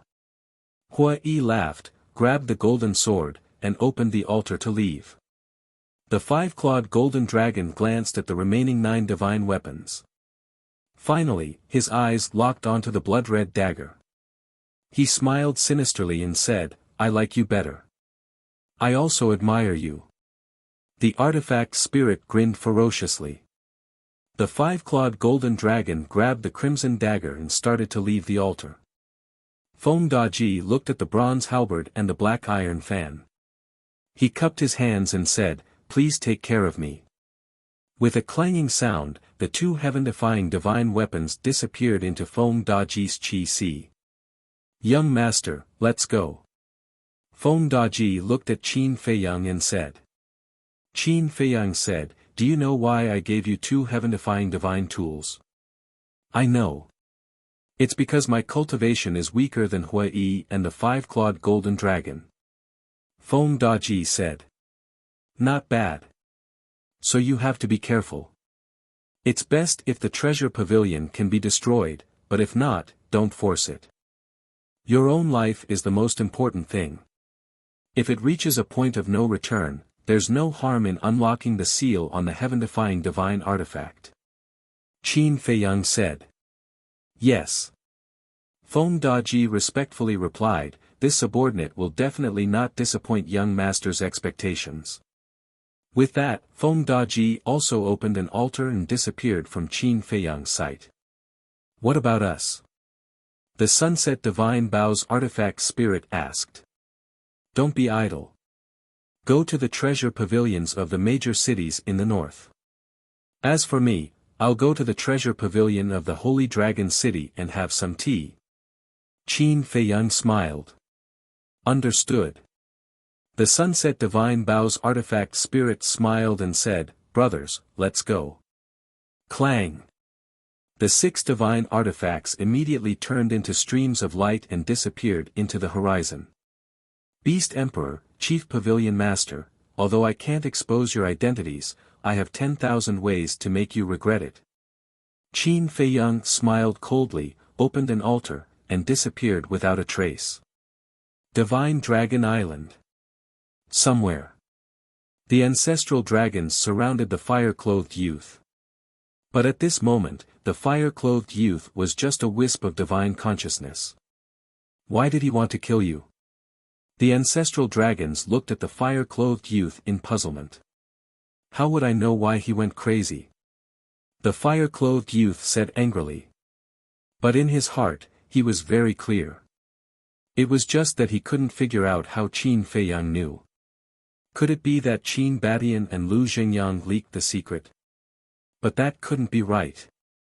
For the safety of the Dragon Slayer Palace, Qin Batian and Lu Xingyang couldn't have told Qin Feiyang. What was going on? Whoosh! At this moment, Longzuan came through the air and landed in front of the group. Sir, how's the situation? The ancestral dragons quickly surrounded him. He's already gone. But, there's a problem that I don't understand. Qin Feiyang said frankly that this time, he's not targeting us dragons, but the Beast Emperor. Beast Emperor, can you give me an explanation? Longzuan looked at the fire-clothed youth and asked. I don't know either. The fire-clothed youth looked aggrieved. The ancestral dragon of the Black Dragon clan asked, did you offend him in any way? Offend him? Speaking of offending him, I haven't offended him. Maybe it's because I'm in the same group as you. The fire-clothed youth was helpless. Longzuan said unhappily, from your tone, it's us who implicated you. Isn't that the case? He came to kill me all of a sudden. He must have been implicated by you. Maybe, he knows our plan, so he wants to get rid of 1 or 2 of us before the Nether King's Hell opens. In this way, when he enters the Nether King's Hell, he will have 1 or 2 fewer opponents. The fire-clothed youth said. He knows our plan. That's impossible. The ancestral dragons shook their heads.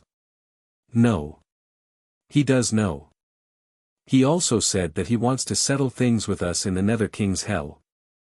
Longzuan said. How did he know? Could it be Yi Zhong who leaked the secret? The ancestral dragons were bewildered.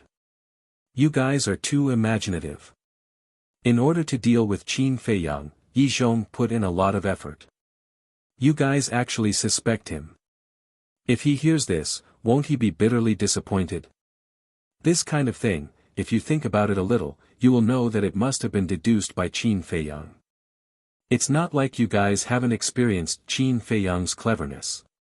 Let's talk about it later. Isn't there still Qin Batian and Lu Xingyang secretly helping him? The fire-clothed youth rolled his eyes. What a bunch of pigs. They actually suspected Yi Zhong. This plan was originally planned by Yi Zhong. How could he do something that would harm himself and benefit others? Longzuan also stared at the ancestral dragons and said indifferently, all right, go and get ready. Yes. The ancestral dragons retreated respectfully. Longzuan looked at the fire-clothed youth and said, can you enter the Nether King's hell tomorrow?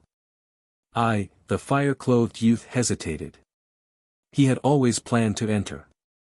But now, his physical body was destroyed, and only a wisp of his divine soul was left. With his cultivation, it would be difficult to condense a complete divine soul without tens of thousands of years. Not to mention, it would take a long time to reconstruct his physical body. In his current state, if he entered the Nether King's hell, he would simply be courting death. Longzuan said, "Don't force yourself if you can't go. I want to go in. This Qin Feiyang, I must kill him." The fire-clothed youth said in a deep voice. "But you," Longzuan frowned.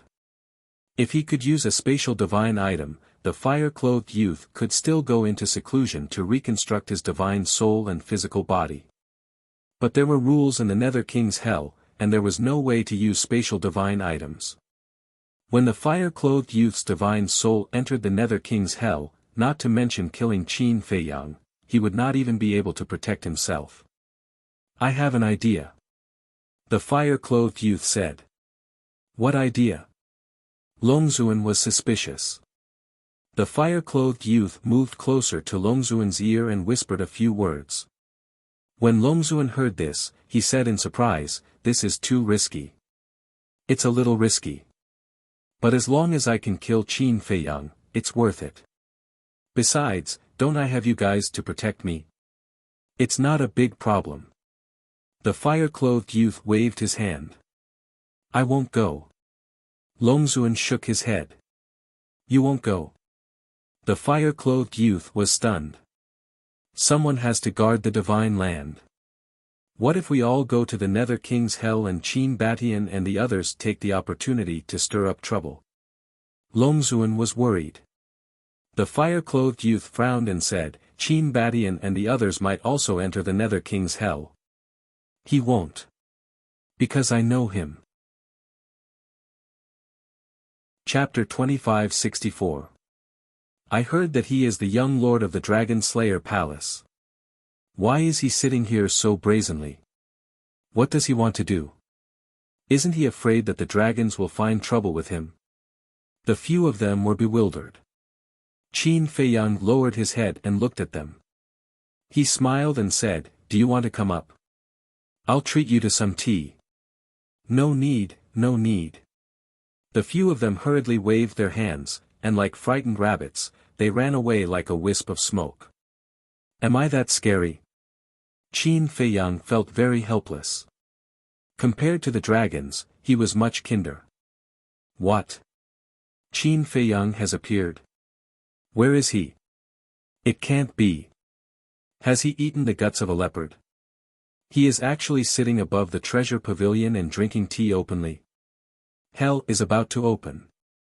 There must be something fishy about him appearing at this time. Let's go and take a look. Very soon, the quiet holy dragon city was in an uproar. Everyone walked out one after another, their hearts filled with curiosity as they rushed towards the treasure pavilion. In less than an hour, the streets near the treasure pavilion were crowded with people. The surrounding void was also packed with people, making it extremely crowded. It's really him. People mumbled. They could not help but admire him. In terms of courage, this man was really unparalleled in the world.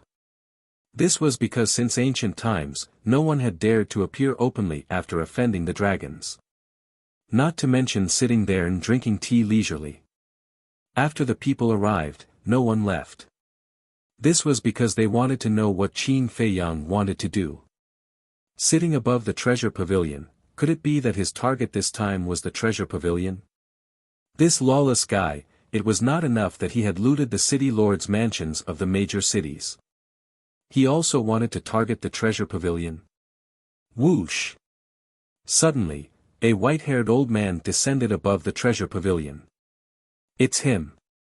Yi Zhong. He came really quickly. Everyone's pupils constricted. Qin Feiyang also sat up straight and turned to look at Yi Zhong with a faint smile on his face. Not long ago, you barged into the inner sea and destroyed the beast emperor's body and soul. Now, you're brazenly coming to the treasure pavilion to sit here and drink tea. You've got guts. Yi Zhong said angrily. What? Not long ago, he broke into the inland sea again. He even destroyed the beast emperor's body and divine soul. Oh my god, what is he trying to do? Everyone was shocked to the extreme. Qin Feiyang smiled faintly and said, Yi Zhong, Grand Hall Master of the Dragon God Palace, I've heard a lot about you. Boom! Yi Zhong directly released his aura. Qin Feiyang picked up the teacup and took a sip. He smiled and said, Chief Palace Master Yi, are you sure you want to make a move? There are a lot of people here right now. He's indeed a madman.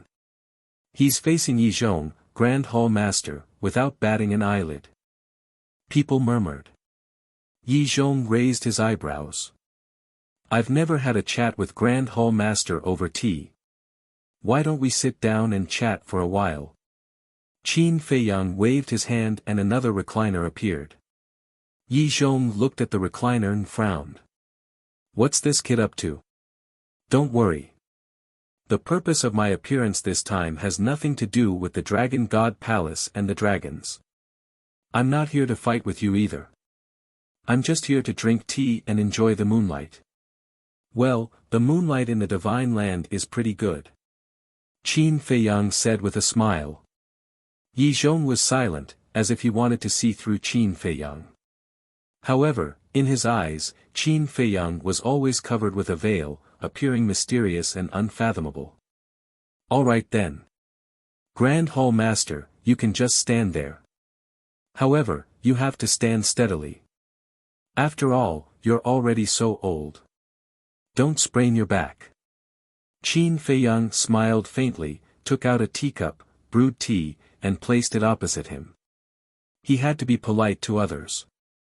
As for Yi Zhong, it was Yi Zhong's business whether he wanted to sit down and drink this cup of tea. I'm not so old that I'll sprain my back.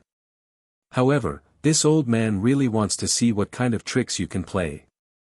Yi Zhong snorted coldly, restrained his aura, took a step forward, sat opposite Qin Feiyang, picked up the teacup and took a sip.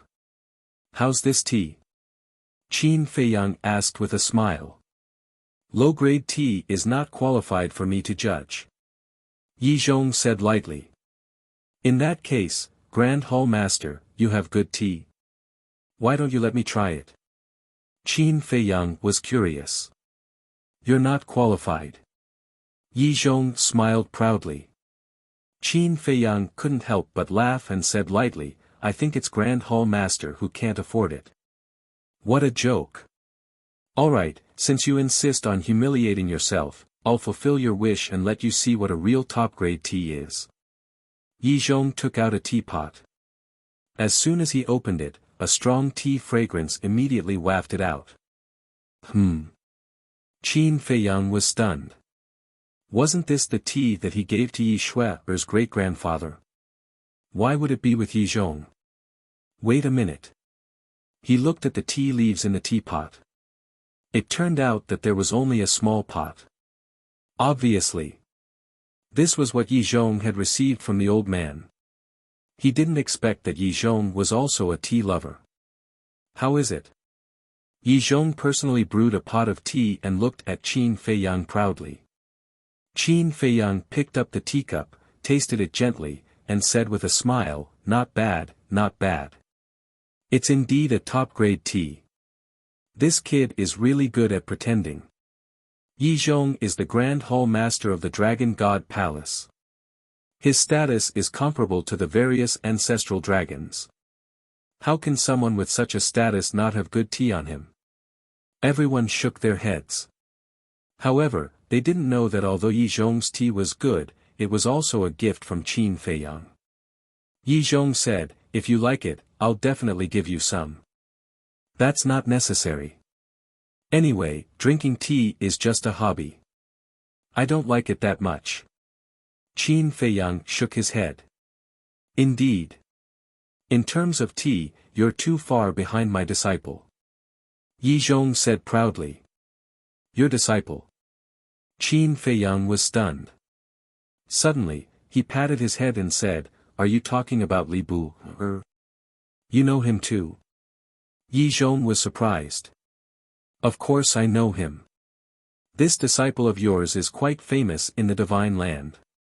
Speaking of which, I kind of admire him. Because he's the only person I've seen in the Dragon God Palace who dares to challenge the dragons. I think it's a waste for someone like him to stay in the Dragon God Palace." Qin Feiyang said with a smile.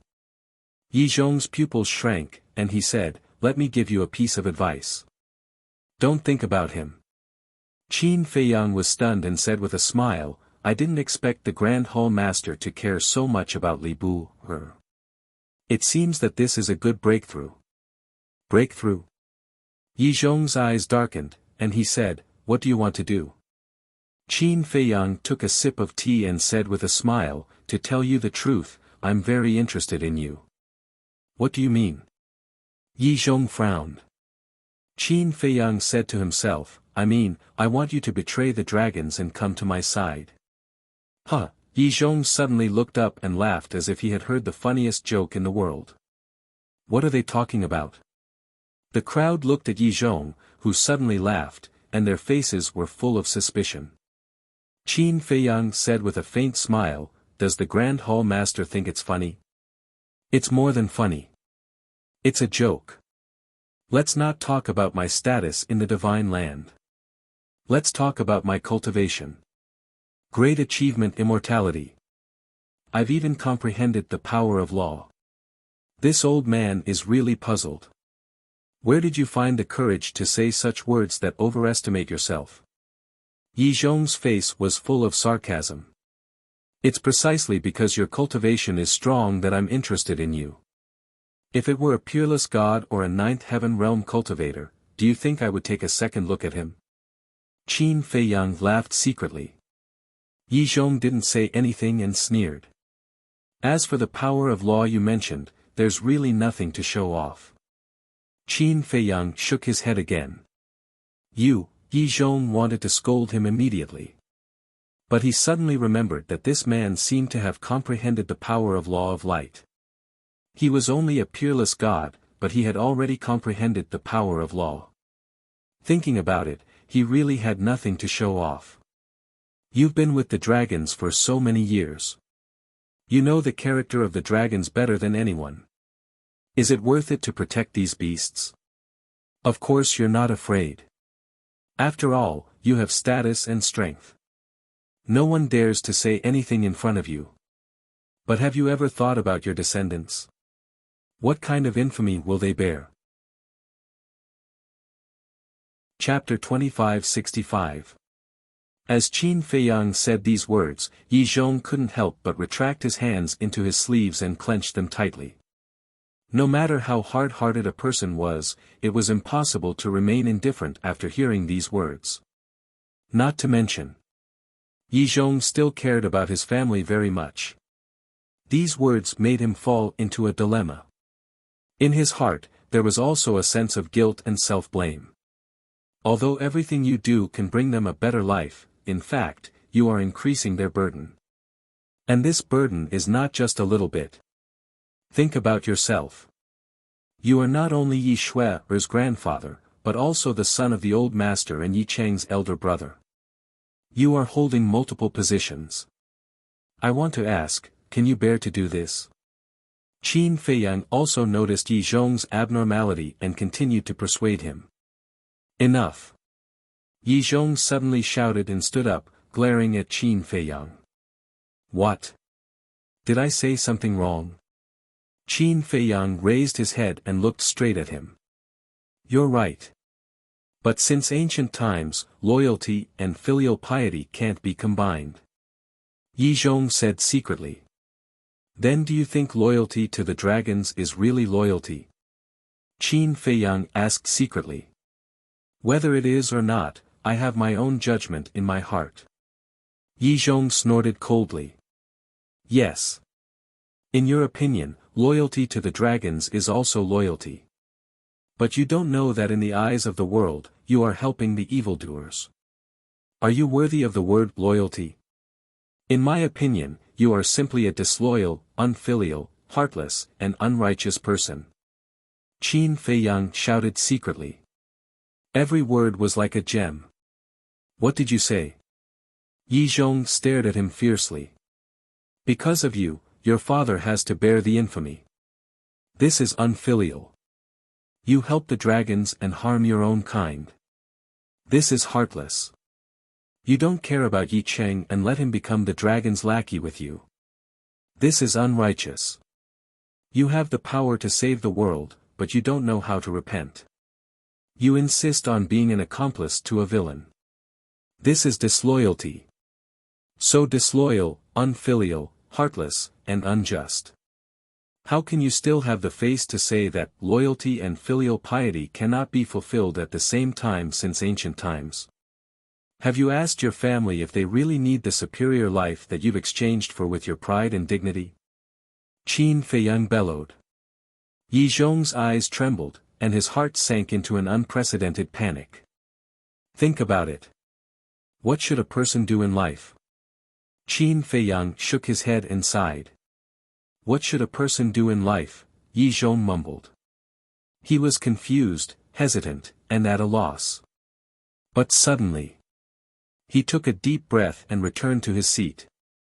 He shook his head and said, "You're really powerful. You almost destroyed my mental state." Wrong. I'm not trying to destroy your state of mind. I'm trying to reason with you. Take your time to think about it. Qin Feiyang shook his head. Yi Zhong smiled coldly and then fell silent. Qin Feiyang did not say anything else. He lay on the chair and sipped his tea leisurely. This kind of thing could not be rushed. Because if he was too anxious, it would only backfire. And now, although Yi Zhong did not admit it, a seed had been planted in his heart. This seed would slowly germinate with the passage of time. After the germination, it would be the best time to persuade Yi Zhong. In other words, he was waiting for an opportunity now, an opportunity to completely change Yi Zhong. Qin Feiyang sat above the treasure pavilion in Holy Dragon City and drank tea. Now, almost everyone in the major cities in the north knew about it. Whoosh! Soon, a chubby fatso in luxurious clothes appeared. This person was the supervisor of the treasure pavilion. It's really Qin Feiyang. Looking at Qin Feiyang in the sky, the supervisor of the treasure pavilion trembled and hurriedly flew up. He frowned and said, "Qin Feiyang, why are you doing this? Holy Dragon City was so big and there were so many places to drink tea. Why did he come to the treasure pavilion to drink tea?" Those who did not know would think that the treasure pavilion had some relationship with Qin Feiyang. Qin Feiyang laughed and said, "The air here is good, and it happens to be in the center of Holy Dragon City. Drinking tea here, you can see the whole Holy Dragon City. The City Lord Mansion is the center of Holy Dragon City." The supervisor of the treasure pavilion said helplessly. "There are too many people in the City Lord Mansion. I don't like it. And I'm afraid that once I reach the City Lord Mansion, I won't be able to resist taking action on their treasure vault and herb farm." Qin Feiyang laughed. Hearing this, everyone looked at each other. Was there anyone more arrogant than this? It was as if the City Lord Mansion's herb farm and treasure vault were his back garden that he could take whenever he wanted. "Brother Qin, look, our treasure pavilion still needs to do business. Can you drink tea somewhere else? I have 10 billion divine crystals here. Take it as a treat." The supervisor of the treasure pavilion took out a cosmos bag and ran to Qin Feiyang with a flattering smile. 10 billion divine crystals for tea. This fatso is really generous. What do you know? This is called taking money to avoid disaster. As long as we can send this plague away, not to mention 10 billion divine crystals, even if it's 100 billion, the treasure pavilion will definitely pay. It's really infuriating to compare oneself to others. We can't even earn 1 billion divine crystals after working hard, but this guy just sits here and has 10 billion divine crystals delivered to him. When will I be as lucky as him?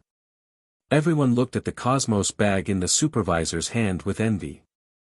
However, Qin Feiyang did not even look at it and said indifferently, "Do you think I'm a beggar? Not enough. I have more. As long as you are magnanimous and leave the treasure pavilion." The supervisor hurriedly said. Qin Feiyang said, "I heard that you've been auctioning 3 divine life pills with dragon-shaped core qi recently." "Yes, yes, yes.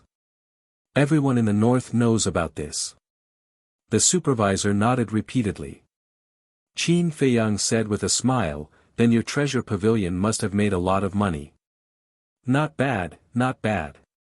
The supervisor smiled flatteringly, but his expression suddenly changed and he asked, "Do you want the divine life pills? You should have said so earlier." "Wait a moment, I'll go get them for you." "Not interested." Qin Feiyang shook his head. "Not interested?" The supervisor was stunned. He didn't want divine crystals or divine pills. What did he want? What a joke. Those divine pills were refined by Qin Feiyang. Why would he want them? "Sorry, I'm not interested no matter how many divine crystals or divine pills there are. If you really want to treat me to tea, then give me a few trillion divine crystals." Qin Feiyang chuckled. "What? Divine crystals? A few trillion? This guy's appetite is too big." Everyone was dumbfounded. That was a few trillion soul stones. Even the steward couldn't take out that much. The treasure pavilion must have some. But with so many divine crystals, how could the supervisor dare to make the decision? The supervisor couldn't help but be stunned and said with a wry smile, "Brother Qin, you're making things difficult for me." "I won't make things difficult for you. But don't continue to be long-winded here," Qin Feiyang said lightly. The supervisor nodded repeatedly and said, "I won't be long-winded, but you have to tell me what you want, right? I'm just sitting here and drinking tea. Why do you have so many questions?" Qin Feiyang raised his eyebrows. "Is this just a cup of tea?" The supervisor wanted to cry but had no tears. Go and ask the divine land if they don't know Qin Feiyang. Why would he come here to drink tea? What should he do? If this god of plagues didn't leave, something big would happen sooner or later. Buzz. All of a sudden. The sound of the image crystal sounded. The supervisor glanced at Qin Feiyang and Yi Zhong and took out the image crystal. A shadow appeared. "Supervisor Wang, bad news." It was an old man in black. As soon as he saw the supervisor, he shouted. The supervisor's eyelids twitched and he hurriedly asked, "What's wrong?" The old man in black said, "The treasure pavilion of Snow Dragon City has been destroyed." "What did you say?" The supervisor was stunned and shouted, "Say it again." "The treasure pavilion of Snow Dragon City has been destroyed. The treasures in the treasure pavilion have also been taken away." The old man in black said. "It can't be. Who destroyed the treasure pavilion of Snow Dragon City and took away all the treasures? Who is so bold? Wait. It can't be him, can it?" Everyone was shocked and looked at Qin Feiyang. Chapter 2566. Yi Zhong sat calmly opposite Qin Feiyang. However, if one looked closely, one would find that there was a trace of suspicion in his eyes. In his memory, Qin Feiyang and the treasure pavilion did not have any grudges. They did not even have any interactions. But why would Qin Feiyang suddenly make such a big fuss? And it just so happened to be the day before the opening of hell. Was there something hidden in it? But as the person involved, Qin Feiyang remained calm. He drank tea and looked at the moon, feeling extremely comfortable. It was as if everything that happened had nothing to do with him. Let everyone speculate and talk. Boom. Soon. A terrifying divine aura descended upon the treasure pavilion. As soon as the divine power appeared, it rushed toward Qin Feiyang. But this. Qin Feiyang still acted as if he had nothing to do with it. However, everyone else was shocked. Because this divine power was no weaker than Yi Zhong's. Who is it? Everyone was bewildered. Greetings, Chief Pavilion Master. Just as everyone was bewildered, a respectful and loud voice sounded. Everyone looked over and saw that the person who spoke was the supervisor of the treasure pavilion. Chief Pavilion Master. It turns out that the owner of this divine power is the Chief Pavilion Master of the treasure pavilion. This mysterious existence has always been elusive and elusive. Everyone thought that the Chief Pavilion Master of the treasure pavilion's status in divine prefecture was quite terrifying. And his strength was also extremely strong. What was Qin Feiyang trying to do? First, he offended the dragons, and now the treasure pavilion. Was he trying to make the world his enemy? Was he really not afraid of death? No matter how powerful he was, he could not offend the dragons and the treasure pavilion. Qin Feiyang, do you want to die? Accompanied by a bone-chilling cold shout, a woman descended in front of Qin Feiyang. She was shrouded in a mist, and it was difficult to see her face clearly.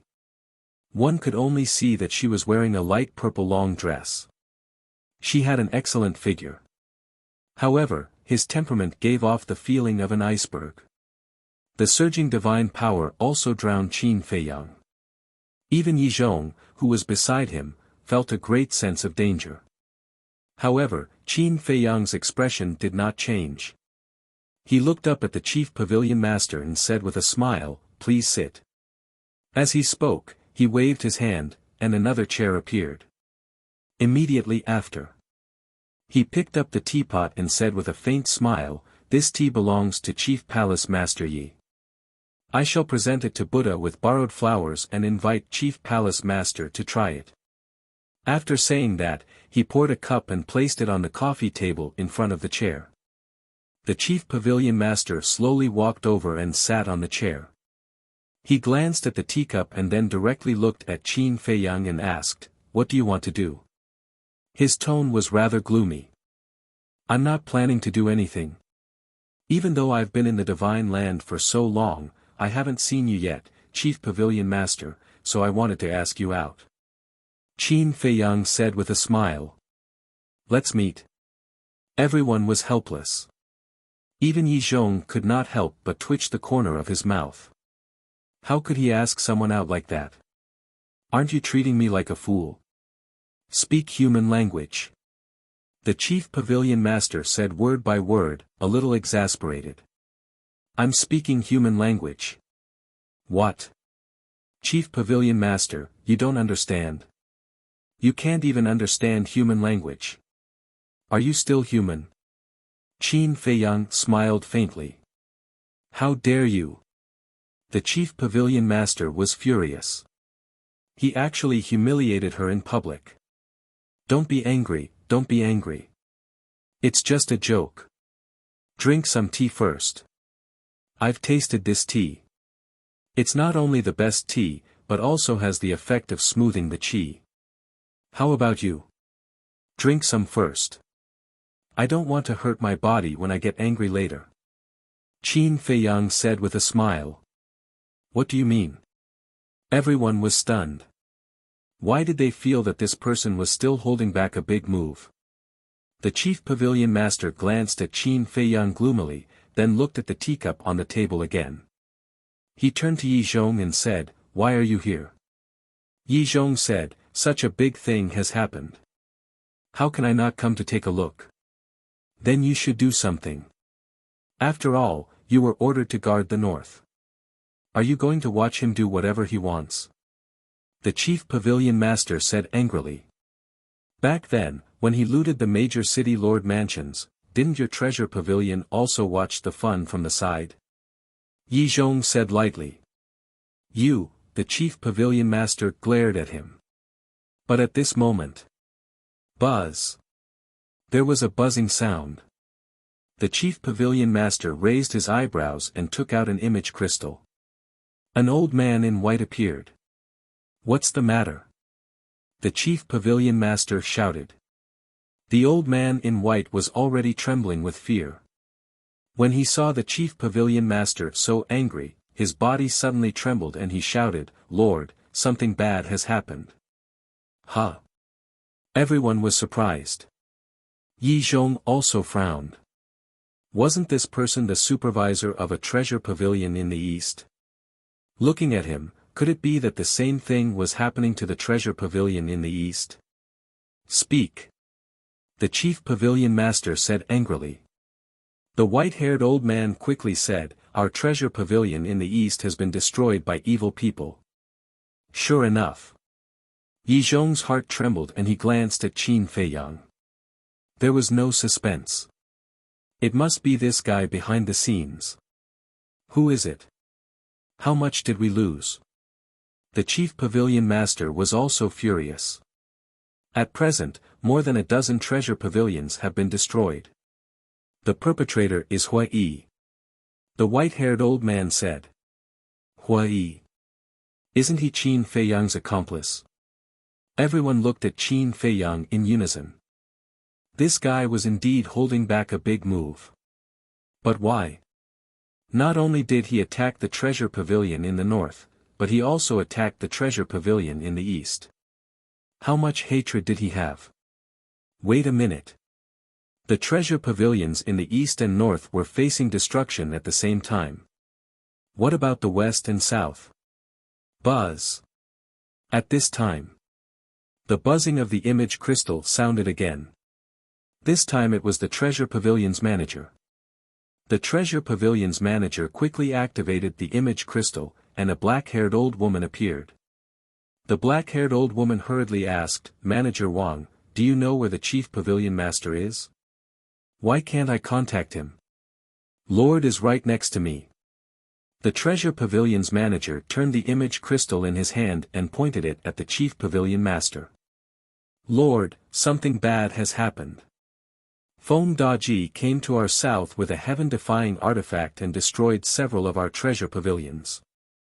We need support." The black-haired old woman looked at the chief pavilion master and said anxiously. The chief pavilion master's hands suddenly clenched tightly. Terrible, really terrible. Even the treasure pavilion in the south has been destroyed. It seems that the treasure pavilion in the west will not be spared. People muttered. Sure enough. Soon. The people of the treasure pavilion in the west also sent a message. All the major treasure pavilions were destroyed by a masked man one after another. This masked man was naturally the five-clawed golden dragon. Moreover, in the time it took to send the message, more than a dozen treasure pavilions in the north were destroyed by the sunset bow and other 6 heaven-defying artifacts. Qin Feiyang. The chief pavilion master suddenly stood up and murderous aura surged out. Clang! But at the same time, the rusty axe appeared. Pieces of rust fell off as 5-colored divine lights bloomed. They were like colorful butterflies that revolved around Qin Feiyang's body. The chief pavilion master's aura and murderous aura were immediately blocked.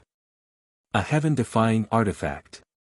The sunset bow and the other 6 heaven-defying artifacts, plus this heaven-defying artifact, he has 11 heaven-defying artifacts. No wonder even Yi Zhong didn't dare to take action. Qin Feiyang is now strong enough to compete with the dragons with his own ability. Not to mention that there is the mysterious Dragon Slayer Palace behind him. Everyone was shocked. They never expected that in just these years, Qin Feiyang had developed to such a terrifying extent in the Divine Land. Do you think a heaven-defying artifact can protect you?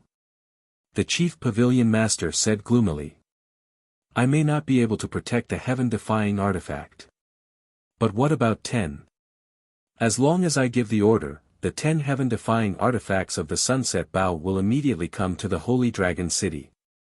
Do you think you will be a match for me then? Chapter 2567. Qin Feiyang looked at the silent chief pavilion master and said with a faint smile, hurry up and decide. Time waits for no one. If you're late for even a second, a pavilion will be destroyed. Do Do you have the heart to do that? You, the chief pavilion master, trembled with anger. Don't be angry, don't be angry. Drink a cup of tea and calm down. Qin Feiyang chuckled. Everyone was speechless. Drinking tea could calm down. He was simply toying with the chief pavilion master like a monkey. However, this person's courage and boldness were truly admirable. In fact, the student might even surpass the master. If Qin Batian were to compare with him, there was no comparison at all.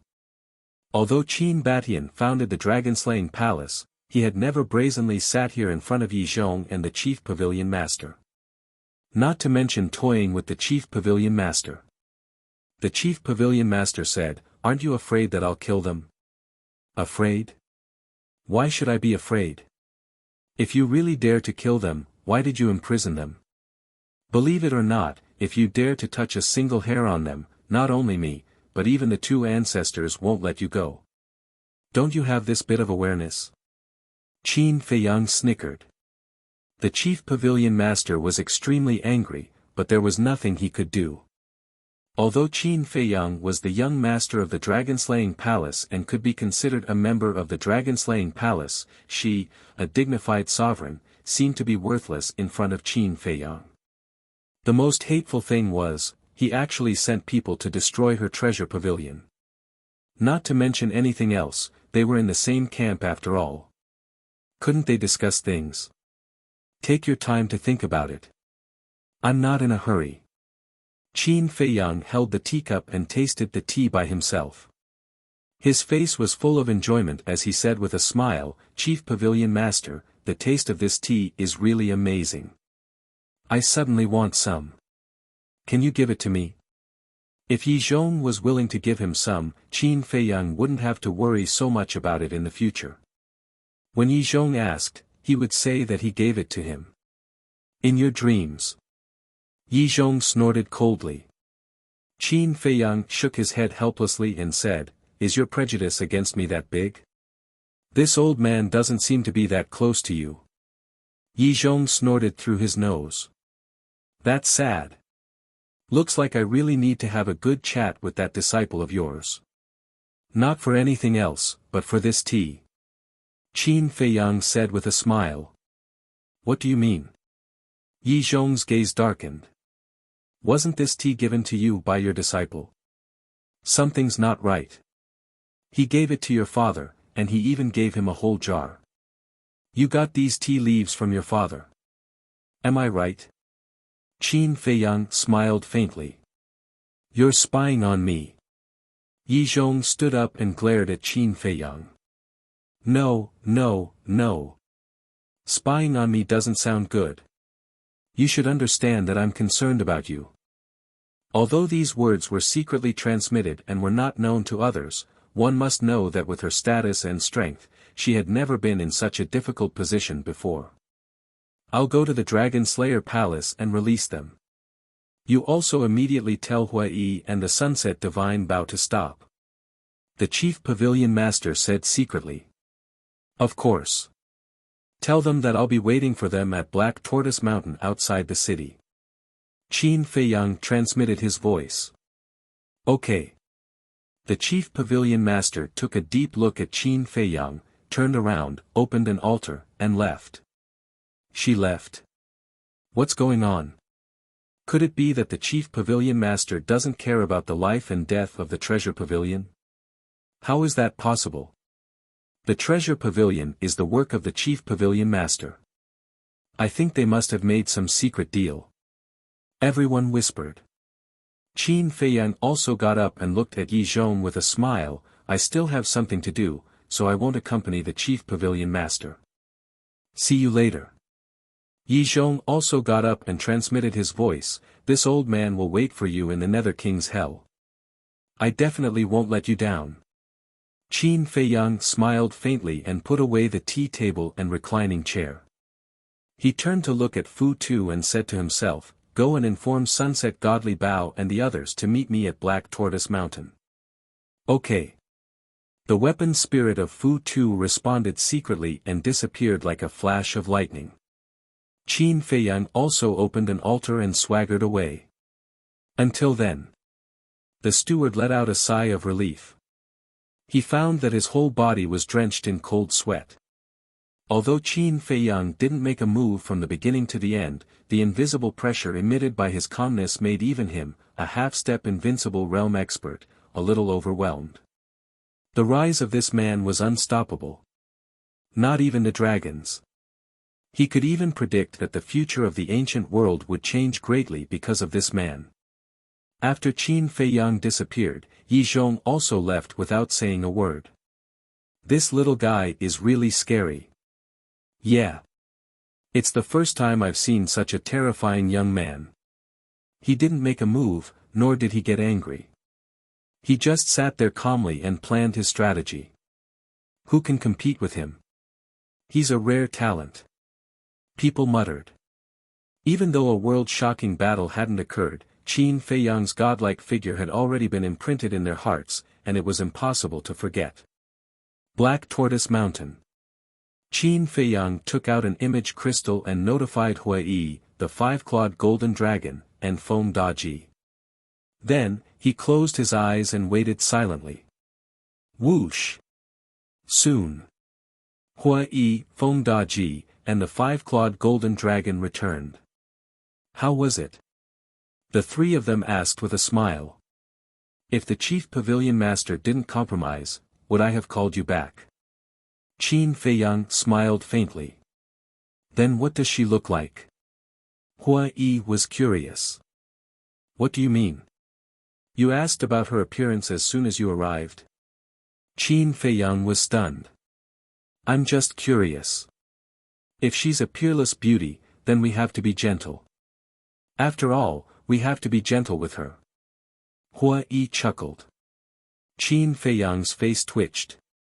He turned to look at the five-clawed golden dragon and asked, Little Gold, did you see Shangguan Fenglan when you went to the northern region with him? Yes. He didn't let me go at first. But am I that obedient? Follow him stealthily. The five-clawed golden dragon glanced at Hui and laughed. Then the next time you have the chance to see Shangguan Fenglan, tell her that someone is flirting with women in the divine land and is very dishonest. Qin Feiyang said. Understood. The five-clawed golden dragon laughed. Bastard. Hui glared at the two of them. Feng Daji snickered. It turned out that Hui also had a nemesis. Whoosh. After waiting for a while. The axe, the sunset bow, and the other 6 divine artifacts also returned. Next to the 6 divine artifacts, there were a large pile of interspatial rings and interspatial rings floating in the air, like a small hill. This is your harvest? Qin Feiyang was surprised. That's right. The sunset bow's artifact spirit said proudly. Qin Feiyang quickly asked, is there a 7th grade divine elixir fire? 7th grade divine elixir fire? I really didn't pay attention to this matter. The artifact spirit said. Qin Feiyang looked at Hui and the other two. We didn't pay attention to it either. After we caught them all, we rushed to the next city. But I don't think there is a 7th grade elixir fire. Even if there is, it's with the chief pavilion master. Feng Daji said. Qin Feiyang nodded. Last time, the treasure pavilion's manager said that the highest grade of elixir fire and elixir furnace was 8th grade divine elixir fire. And 7th grade divine elixir fire and elixir furnace were also considered top-notch. If it were anyone else, they wouldn't be at ease to leave such treasures elsewhere. Although there may not be elixir fire, there must be a lot of legendary divine artifacts. Hui said. That's for sure. Qin Feiyang nodded. When he was on the 10th floor of the treasure pavilion in Holy Dragon City, he saw a lot of legendary divine artifacts and divine techniques. Okay then. Go to the Black Tortoise realm and give these treasures to the Fire Lotus. Then you can go into seclusion. After this seclusion, you can only see me when I come back from the Nether King's hell. Don't miss me too much. Qin Feiyang smiled. Stop being so narcissistic. Who would miss you? The five-clawed golden dragon sneered. That's right. Without you, we can live comfortably. Hua Yi said. Huh, Qin Feiyang laughed and sent the three of them and the 10 heaven-defying divine artifacts to the Black Tortoise realm.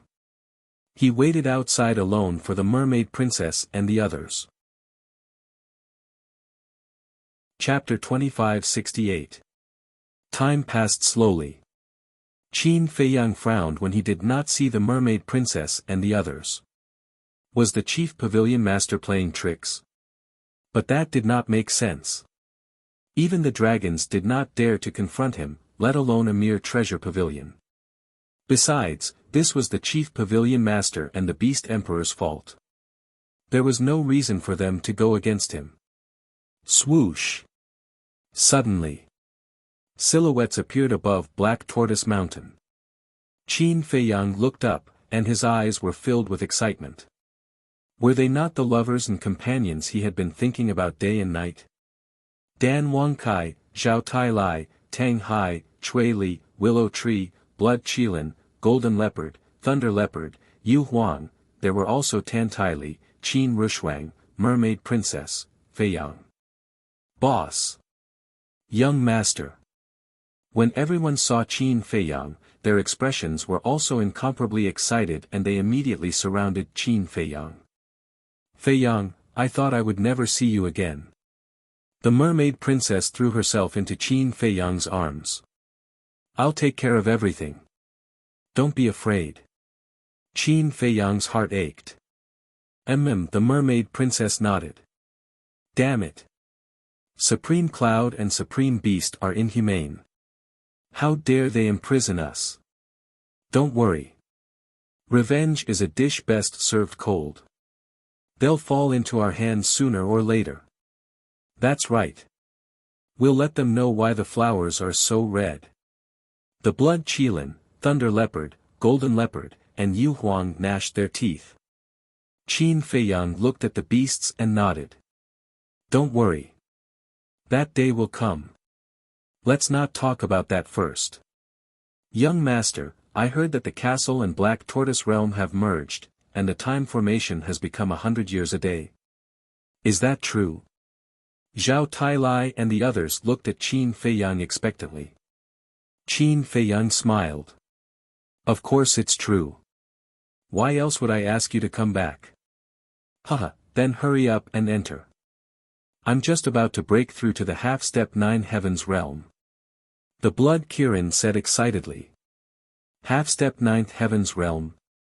Qin Feiyang froze, and he looked at the Blood Kirin. This guy had actually broken through to the great circle of the paramount god level. Zhao Tai Lai and the others, as well as Yu Huang and the other beasts, were all perfected transcendent gods. It seems that you've gained quite a lot from the dragon-slaying palace over the years. Qin Feiyang smiled. That's a must. Ever since we separated in the heavenly dragon sea, we've been in seclusion every day, and we've never run around. We're just afraid of embarrassing you. Lei Bao and the other beasts chuckled. Qin Feiyang couldn't help but shake his head and laugh. That, Feiyang, I'm really sorry. I didn't protect them well. Tan Tai Li looked at Qin Feiyang with an apologetic expression. Great-grandmother, this has nothing to do with you. The fault lies with the chief pavilion master and the beast emperor. Selfishness and jealousy are too strong. He saw a black figure darting into the distant forest like lightning, disappearing without a trace. Where do you think you're going? Qin Feiyang immediately prepared to chase. Don't chase. The other party came prepared and won't give you a chance. The little boy said. Qin Feiyang clenched his hand and finally put away his killing intent. He lowered his head to look at the little boy and said, "Thank you." If the little boy hadn't appeared in time, he and the mermaid princess and the others would definitely not have been spared. The little boy waved his little hand and asked, "Do you know who it is?" This aura is very unfamiliar. Qin Feiyang frowned and suddenly looked at the little boy and asked, "Wait, how did you come out?" Nonsense. Even you can freely enter and exit the Black Tortoise world, let alone me. The little boy rolled his eyes. Qin Feiyang paused and frowned. What role do you play in the Black Tortoise world? He had always thought that he was the only one in the world who could freely enter and exit the Black Tortoise world. Me?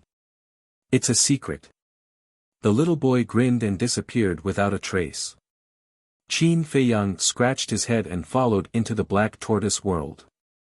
He saw the mermaid princess and the others gathered in front of the castle gate with lingering fear. Feiyang, are you okay? Tan Tai Li asked with concern. I'm fine. Qin Feiyang shook his head and scanned everyone. Seeing that everyone was fine, he let out a sigh of relief and asked, Did you see that divine power just now? No. The group shook their heads. Since it was a premeditated sneak attack, he definitely wouldn't have given you the chance to see through his identity. But it's not hard to guess. Who knows that we're in the Black Tortoise Mountain? At this time, Hua Yi, the five-clawed golden dragon, Feng Da Ji, and Fire Lotus walked over. Who knows that we're in the Black Tortoise Mountain? Qin Feiyang whispered. Suddenly, a cold light flashed in his eyes. He raised his head and looked at Hua Yi and the others, Chief Pavilion Master. Because at that time, he only told the Chief Pavilion Master that he would meet up with the Mermaid Princess and the others at the Black Tortoise Mountain. That's right. This woman is not ordinary vicious. In the blink of an eye, she planned such a terrifying murder. Fortunately, that little brat can also leave the Black Tortoise world. Otherwise, you would have been doomed this time. Hua Yi said. Chapter 2569. I'm going to send a message to my father. We can't let such a sinister person live. Qin Rushuang said angrily. We can't let this go so easily. It's already too much for them to spy on us and imprison us in the Dragon Slayer Palace. Now they want to kill us. They're so vicious. They'll only be a disaster if they stay in the Dragon Slayer Palace. Zhao Tailai and the others felt indignant. Then you should contact the ancestors. Qin Feiyang said to Qin Rushuang and the others. He then turned to Hua Yi and the five-clawed golden dragon and said, Come with me. Hua Yi and the five-clawed golden dragon nodded. The mermaid princess hurriedly asked, Feiyang, where are you going? You have to pay the price for your wrongdoings. Qin Feiyang smiled coldly and left the Black Tortoise realm with Hua Yi and the five-clawed golden dragon.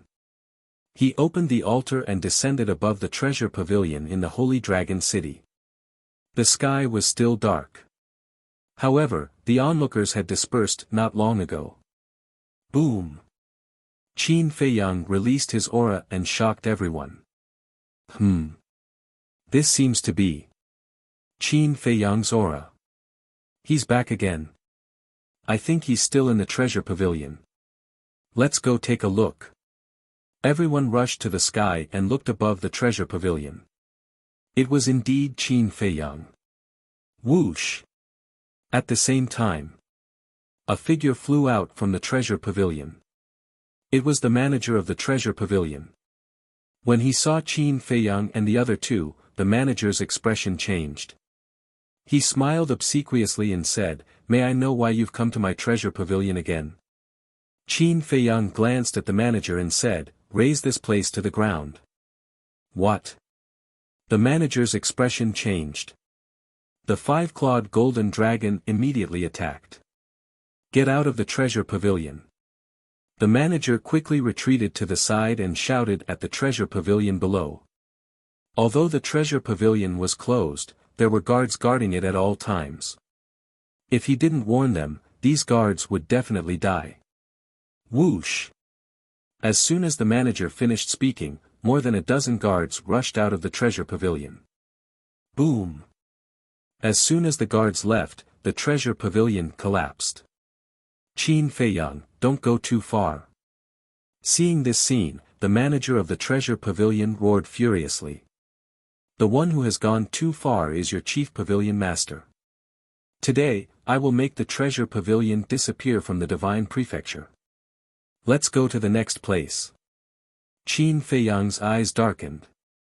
He opened the altar and brought Hui and the five-clawed golden dragon away. What the hell is going on? The manager of the treasure school was burning with anxiety. He took out an image crystal and sent a message to the chief pavilion master. What? He's back. The chief pavilion master was enraged when he heard this. Yes. I wonder which city they went to. Milord, you have to think of a solution quickly. Otherwise, with Qin Feiyang's methods, I'm afraid our treasure pavilion will be doomed today. The manager of the treasure pavilion said anxiously. I'll deal with it right away. The chief pavilion master said gloomily and turned off the image crystal. Swish. In the sky above a certain city, 3 figures appeared. One of them waved his hand, and a surge of divine power surged out. With a loud bang, a building in the center of the city collapsed on the spot. This building was the treasure pavilion of the city. After the treasure pavilion was destroyed, the 3 figures opened the altar and disappeared. It seems to be Qin Feiyang. What's wrong with him? Didn't I hear that his grudge with the treasure pavilion has been resolved? Why is he attacking the treasure pavilion again? Also, what grudge does he have with the treasure pavilion? Everyone was discussing. For the people of the major cities in the north, this was destined to be a sleepless night. Feiyang, father wants you to come in. When Qin Feiyang and the other 2 destroyed the 4th pavilion, Qin Rushuang's voice suddenly rang in Qin Feiyang's mind. Qin Feiyang was slightly taken aback. He brought Hui and the 5-clawed golden dragon into the ancient castle and saw that everyone was gathered in the castle hall. In the void, 3 figures were suspended. They were Qin Batian and Lu Xingyang, the chief pavilion master. The chief pavilion master's face was still as unrecognizable as before. As soon as Qin Batian saw Qin Feiyang appear, he immediately said, Feiyang, this is a misunderstanding. Misunderstanding?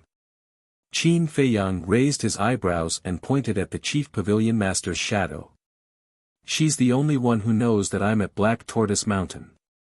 Who else could it be? Don't get too excited. Listen to me. When you destroyed the treasure pavilion, Lu Xingyang and I also secretly went to Black Tortoise Mountain. Judging from the remnant divine power aura, this person is not from the Dragon Slayer Palace. Qin Batian said. Of course he's not from the Dragon Slayer Palace, because he's one of her people. Qin Feiyang pointed at the chief pavilion master angrily. Qin Feiyang, don't slander me. Although I do hate you, I won't resort to such despicable tricks. The chief pavilion master said angrily. You even spied on Zhao Tailai and the others. What else can't you do? Qin Feiyang sneered. I didn't do it, so I didn't do it. The chief pavilion master said. Feiyang, calm down first. This person is indeed not Supreme Cloud subordinate, because I know all of Supreme Cloud subordinates. Qin Batian shook his head. What if this person has changed her appearance? Maybe it's even her. Because we haven't seen this person's true face. Qin Feiyang said. Appearance can be changed, but the aura of divine power can't be changed. Unless you take that kind of divine pill to change the power of bloodline like you and me. But I'm the only one who has this pill. And I've never given this pill to anyone except you. You can't be suspecting that I'm the one who wants to kill you, right? Qin Batian said. Qin Feiyang frowned and said, Are you sure that I'm the only one you've given this kind of pill to? Of course. I've only refined a total of 3 pills since it was developed. I've taken 2, and you've taken 1. Who else would have 1?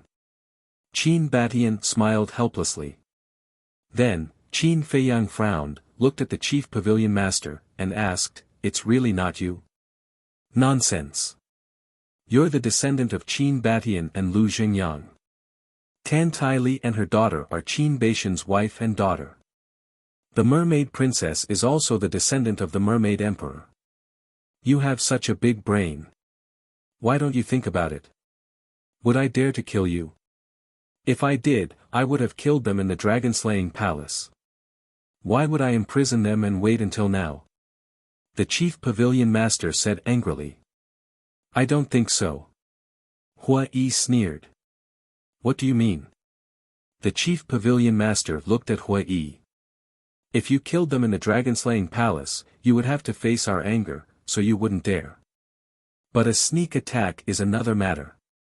If the sneak attack was successful, with your means, you could completely clear your name.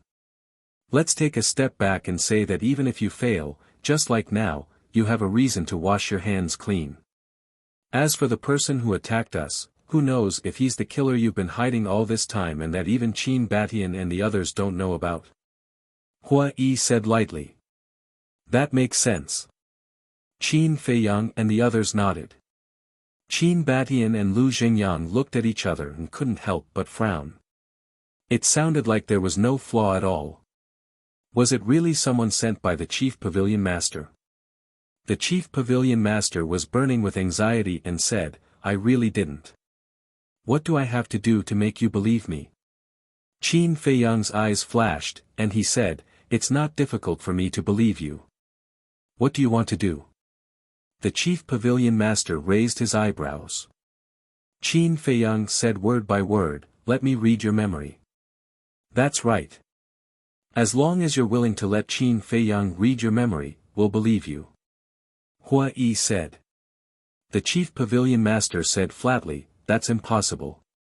I'm a sovereign, but before the chief pavilion master finished, Qin Batian said, Supreme Cloud, this is the only way to solve this matter.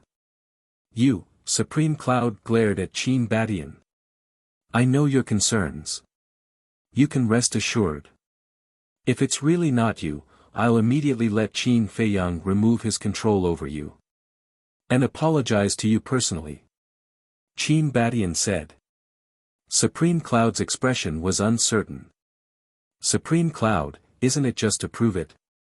Since you didn't do it, what are you afraid of? Lu Xingyang said. Okay. I agree. But if it's not me, then I'll make the two of you kneel down and apologize to me. And, Qin Feiyang must hand over the Sunset Divine Bow and the other 10 heaven-defying divine weapons to the Dragon Slayer Palace. Supreme Cloud looked at Qin Batian and Lu Xingyang and said. Hearing this, Qin Batian and Lu Xingyang looked at each other with a trace of melancholy in their eyes. Qin Feiyang and the others also looked at each other. Such calmness and confidence. Was it really not her? Or was she just pretending to be calm? If you dare to agree, I'll immediately let Qin Feiyang read my memory. Supreme Cloud looked at Qin Batian and Lu Xingyang aggressively. Qin Batian and Lu Xingyang were hesitant. Qin Rushuang said telepathically, Feiyang, what should we do now?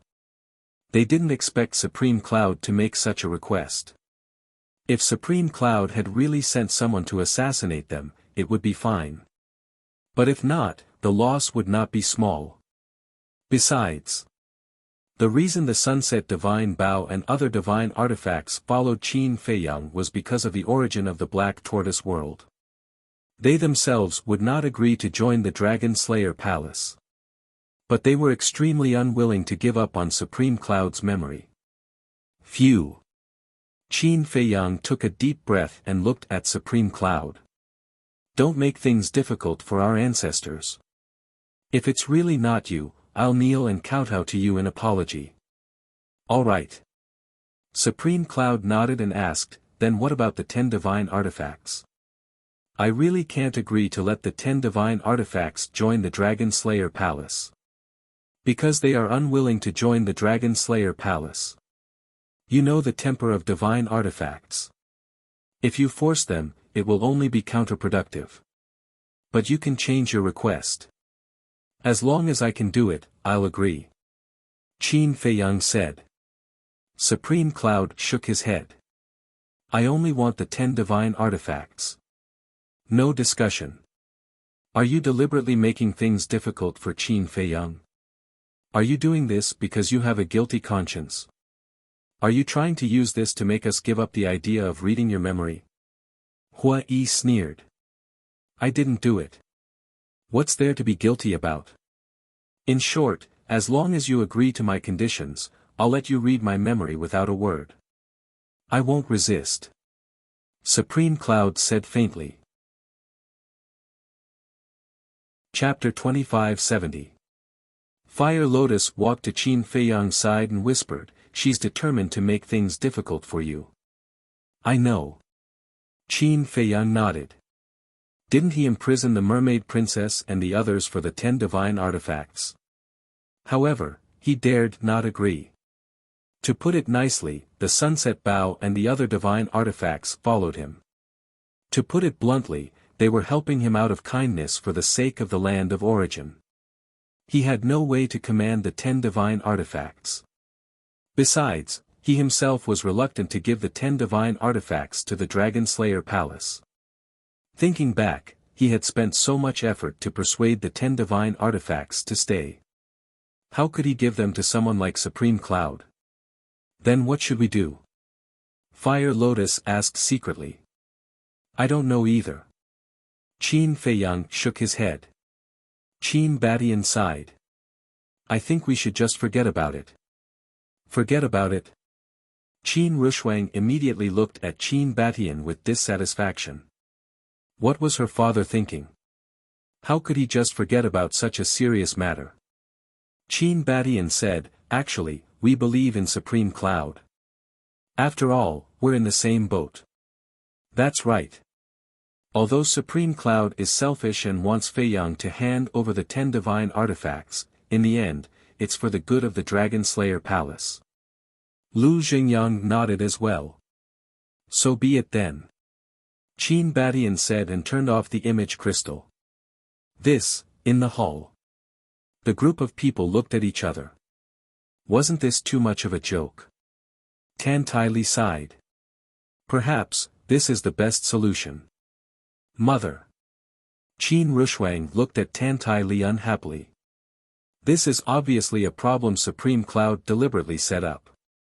What if it's really not Supreme Cloud?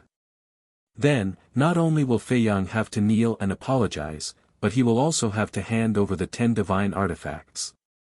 When has Feiyang ever kneeled to others? We can't let him suffer this grievance. Tan Tai Li said. I'm not afraid of being wronged, but I'm afraid of the Sunset Divine Bow and the others, because I don't have the right to order them around. Qin Feiyang shook his head, feeling aggrieved. He really wanted to vent. Whine. At this moment, Qin Rushuang's image crystal rang again. Qin Rushuang looked at the image crystal suspiciously. As it recovered, 2 shadows appeared. Father. Uncle Lu. Qin Rushuang was stunned.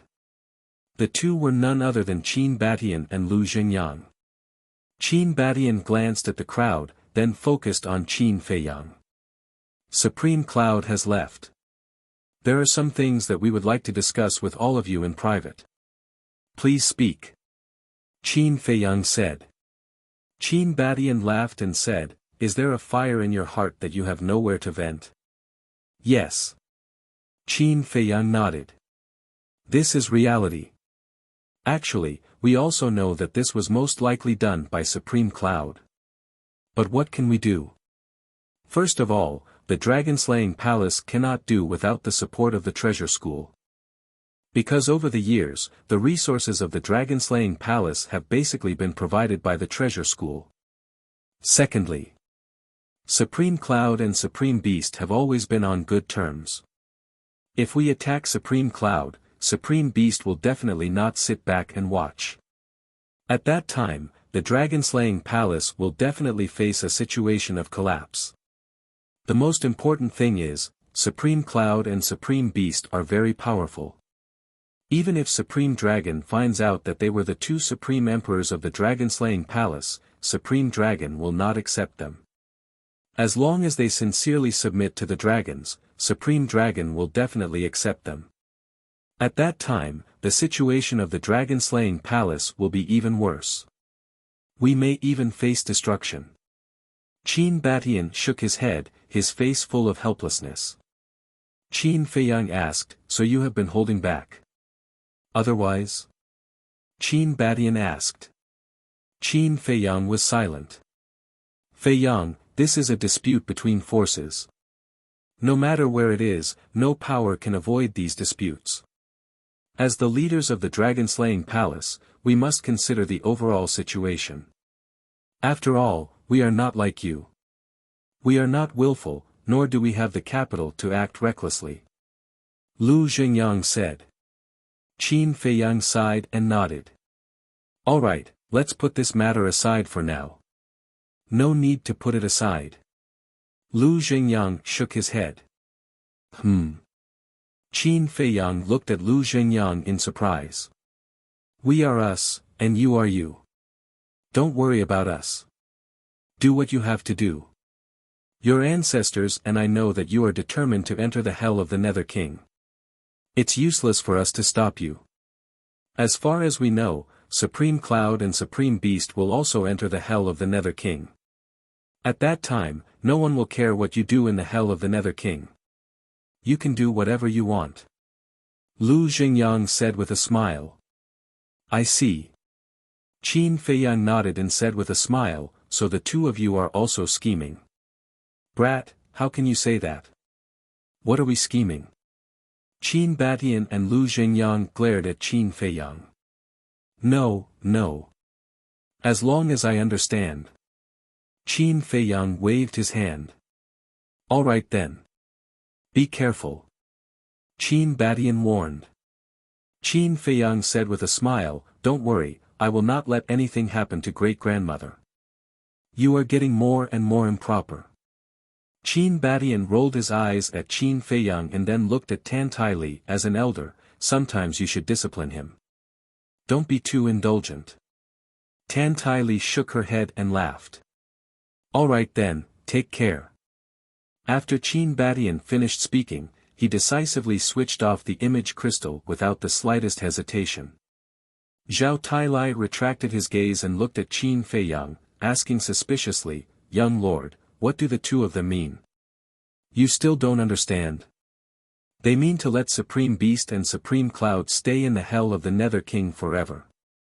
Qin Feiyang said. This. Zhao Tailai was dumbfounded. Yi Zhong looked at Qin Feiyang's cave residence angrily. No. Next to him. Yi Xuer shook her head. Yi Zhong said angrily, what the hell is this bastard doing? What's wrong? Yi Xuer looked at Yi Zhong suspiciously. You don't know, but Qin Feiyang has his eyes on him now, so no matter what, we can't let him sneak into the hell of the Nether King. Yi Zhong said in a deep voice. Yi Xuer was stunned and wondered, why would Qin Feiyang have his eyes on him? Nonsense. This kid is causing trouble every day. How can he not be targeted by Qin Feiyang? Yi Zhong's face was full of anger. Yi Xuer covered her mouth and laughed. This is a good thing, at least it proves that Li Buer is indeed a talent. A good thing. Yi Zhong looked at Yi Xuer speechlessly and said, also, your great-grandfather, and second-grandfather can't stay at home in the Dragon God Palace. Yi Xuer was stunned and frowned. Don't tell me that Qin Feiyang has his eyes on us too. What else? This Qin Feiyang knows our family's situation like the back of his hand. He even knows about Li Buer giving us tea leaves. Yi Zhong said. So powerful.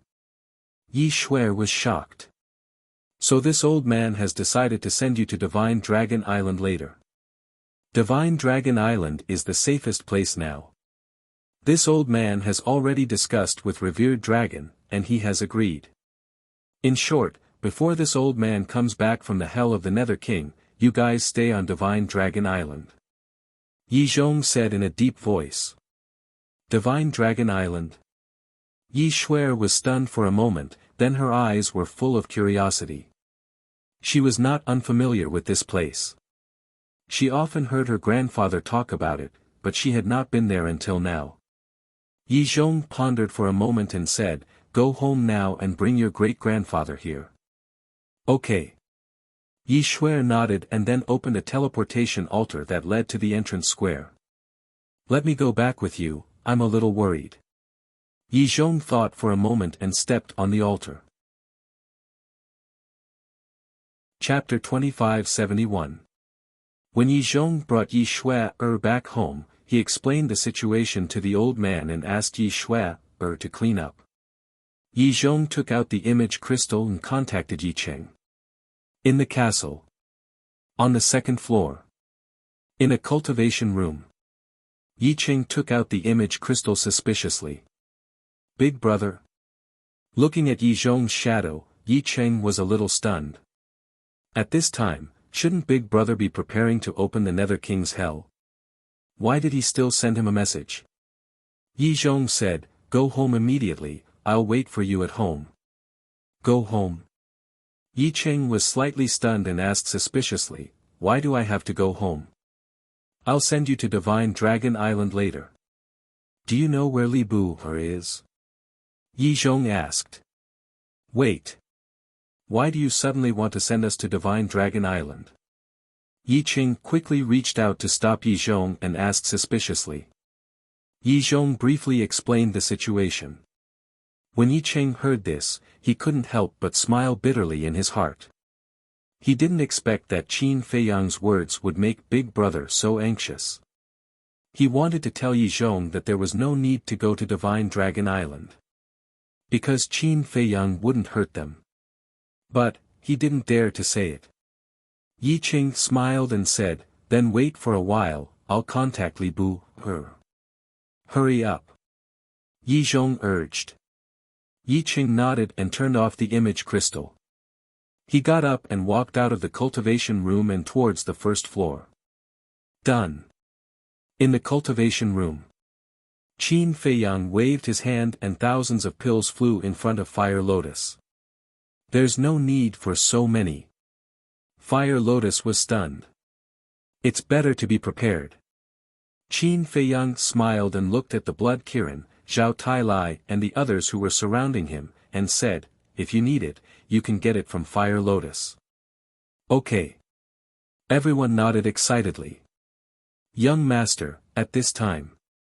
Yi Cheng ran in and whispered a few words into Qin Feiyang's ear. "No way." Qin Feiyang looked at Yi Cheng in astonishment. "Why not?" "Big Brother wants us to meet him immediately." Yi Cheng said. "What is it?" Zhao Tai and the others looked at the two suspiciously. "This master of mine was afraid that I would sneak off to the underworld monarch's hell. To think that he wanted to send me to the Divine Dragon Island." Qin Feiyang smiled bitterly. Everyone suddenly understood. The mermaid princess smiled and said, "He cares about you." "I don't deny that I care. However, I really cannot go to this Divine Dragon Island. If you go there, you won't be able to escape." Qin Feiyang shook his head. "I don't want to go either. Although the Divine Dragon Island also has a time array, can it be compared to the Black Tortoise World and the Ancient Castle?" Yi Cheng said. Qin Feiyang looked at Yi Cheng and said with a sneaky smile, "Then why don't we go missing?" Yi Cheng was taken aback. He said hesitantly, "That's not a good idea." Qin Feiyang said, "Otherwise, what are you going to say to him?" This, Yi Cheng frowned. He really couldn't think of a better idea. "Let's go missing. When I successfully sneak into the underworld monarch's hell, he won't be able to do anything when he finds me. As for you, just throw the image crystal into your cosmos ring and stay here to cultivate." Qin Feiyang said. Yi Cheng clenched his teeth and nodded. "Fine. Before you come back from the underworld monarch's hell, I must break through to the half-step imperishable realm."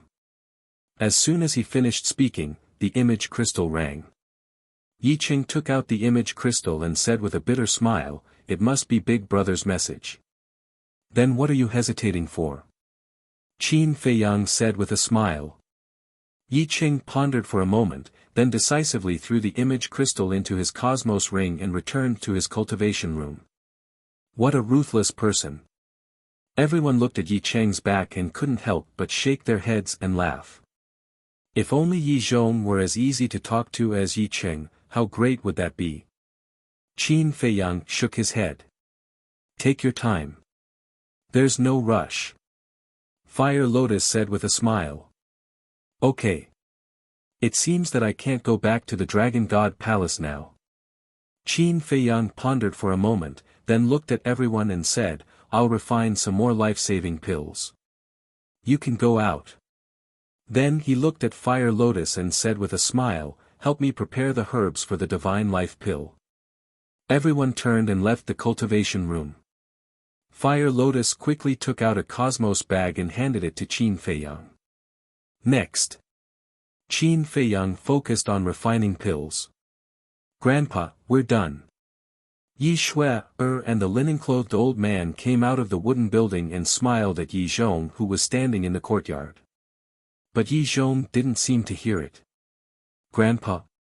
Yi Shui walked forward and looked at Yi Zhong suspiciously. Ah. Yi Zhong came back to his senses and looked at the two of them. Are you done? Yes. Yi Shui nodded. The linen-clothed old man looked at Yi Zhong and asked, you look uneasy. Did something happen? No. Yi Zhong shook his head and frowned. It's Yi Cheng and Li Bu. What the hell are they doing? How did second grandpa offend you again? Yi Shui said. I just sent him a message and he said that he would be back immediately. But in the blink of an eye, he ignored me. Yi Zhong said. How is that possible? Let me try. Yi Shui didn't believe it and took out the image crystal. But after a while, Yi Cheng didn't respond. This, Yi Shui couldn't be stunned. The linen-clothed old man said worriedly, could something have happened? How is that possible?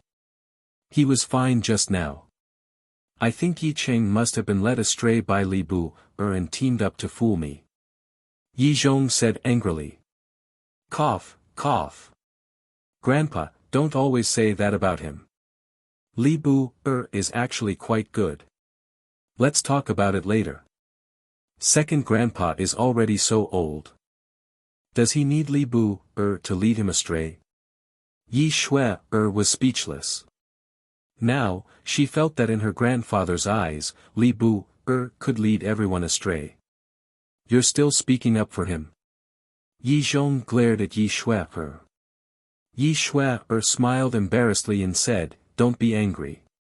What should we do now? Yi Zhong pondered for a while and put away the image crystal. He said helplessly, I'll send you guys to Divine Dragon Island first. What about Li Bu and second grandpa? Yi Shui said. Li Bu I'm already sure that he wants to fish in troubled waters and enter hell. As for your second grandpa, he might have been instigated by Li Bu I'll send you guys to Divine Dragon Island first, then go to the plains to take a look. I don't believe that I can't find them. Yi Zhong snorted coldly. Then, he activated an altar and disappeared with the two of them. After daybreak, Yi Zhong really went to the plains personally to patrol. Outside the plains, there was a sea of people. But because there were too many people, he couldn't confirm them one by one. Soon, he turned around and left with a stomach full of anger. Another day passed. Early in the morning, there were even more people gathered outside the plains. Because today was the day that hell would open. At a glance, the sea of people was endless. Everyone looked at the plains, their hearts filled with anticipation. In the crowd, there were two inconspicuous old men in black. They had white hair and a walking stick in their hands. In the arms of one of the old men, there was even a small golden wolf. If Yi Zhong can still recognize us after we've disguised ourselves like this, then he really has discerning eyes. Before entering hell, anything can happen. We can't be careless. That's right. These two people were Qin Feiyang and Madman. As for the small golden wolf, it was the white-eyed wolf. Since coming to the ancient world, the white-eyed wolf had been cultivating in seclusion and rarely appeared. There were almost 0 people who knew of its existence. So, compared to Qin Feiyang and Madman, it was much safer and didn't need to be afraid of Yi Zhong's investigation. And before coming to the plains, Qin Feiyang had already sent Wang Qi, Lei Bing, and Jiang Dafei back. Lei Bing and Wang Qi had also broken through to the peak of the 9 heavens realm. Madman suddenly pointed to the crowd on the left and said in a low voice, "Look at those people over there, they don't seem to be simple." Qin Feiyang looked over in surprise and saw 5 or 6 middle-aged men and women standing together in silence. And their auras were all concealed, making it difficult for people to see through them. And that old man over there, his cultivation is also unfathomable. I think he should be an imperishable realm expert. Madman pointed to a white-haired old man on the right. Imperishable realm. Qin Feiyang's heart skipped a beat and he turned his head to look. The white-haired old man looked very ordinary and didn't have any companions beside him, but his expression was very calm. To be able to be so calm at this time, his cultivation must be extraordinary. I wonder how many imperishable realm experts came this time, Madman said telepathically. Then why are they hiding their cultivation? The white-eyed wolf was suspicious. Nonsense. Of course they are hiding their cultivation. That's because not everyone is related to the dragon race. They are also afraid of being targeted by the dragons. In short, their purpose of going to the Nether King's Hell is to find opportunities and they don't want to have anything to do with anyone. They don't want to participate in any disputes. Especially the dispute between the dragons and the dragon-slaying palace. Madman thought. If they want to be alone, then why are they going to the Nether King's Hell? The white-eyed wolf snorted. Qin Feiyang said, "Everyone has their own aspirations, we shouldn't force some things." That's right. This time when we enter the Nether King's Hell, we mustn't show off. We will hide under the umbrella of the dragons and slowly look for opportunities. Madman nodded. Whoosh! Suddenly, a group of people came from the Dragon God mountain range. These people were all wearing the clothes of the Dragon God Palace. Qin Feiyang even had an impression of some of their faces. They were the disciples of the Dragon God Palace and were also going to the Nether King's Hell. Of course. This was voluntary. As long as you are not afraid of death, it's up to you. Qin Feiyang glanced over and found that there were no less than 100,000 people. This number is just a drop in the ocean for the Dragon God Palace. It seems that most of the people in the Dragon God Palace are quite rational. Madman whispered. Qin Feiyang nodded. Whoosh! Not long after. Another 3 groups of people arrived in a grandiose manner. Each side had no less than 100,000 people. And they were all wearing the clothes of the Dragon God Palace. Wait. I don't think I've seen them before. Qin Feiyang muttered. There was also a trace of suspicion in Madman's eyes. These people's cultivation wasn't low, almost all of them were in the 9 heavens realm. They seemed to be from the west, south, and east Divine Dragon Palace. Sure enough, the opening of the Nether King's Hell alarmed the entire Divine Land. Some people whispered. It turns out that they are from the west, south, and east Divine Dragon Palace. Qin Feiyang and Madman suddenly understood. Aren't Wu Baichuan and Diantian also going to the Nether King's Hell? Quickly find them, where are they? Madman transmitted his voice. Chapter 2572. After carefully searching for a while, Qin Feiyang and Madman finally found Diantian and Madman in the crowd. The two of them were standing in the East and West Dragon God Palace camps. But compared to before, they were extremely low-key now. Standing in the crowd, they were silent and their auras were concealed. If one didn't pay attention, one wouldn't notice them. Do you think they entered the East and West Dragon God Palace for the same reason as you, for the Divine Stone of Fate?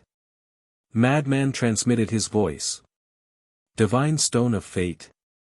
Qin Feiyang was slightly stunned and shook his head. It's not that I look down on them, but how can they get the Divine Stone of Fate?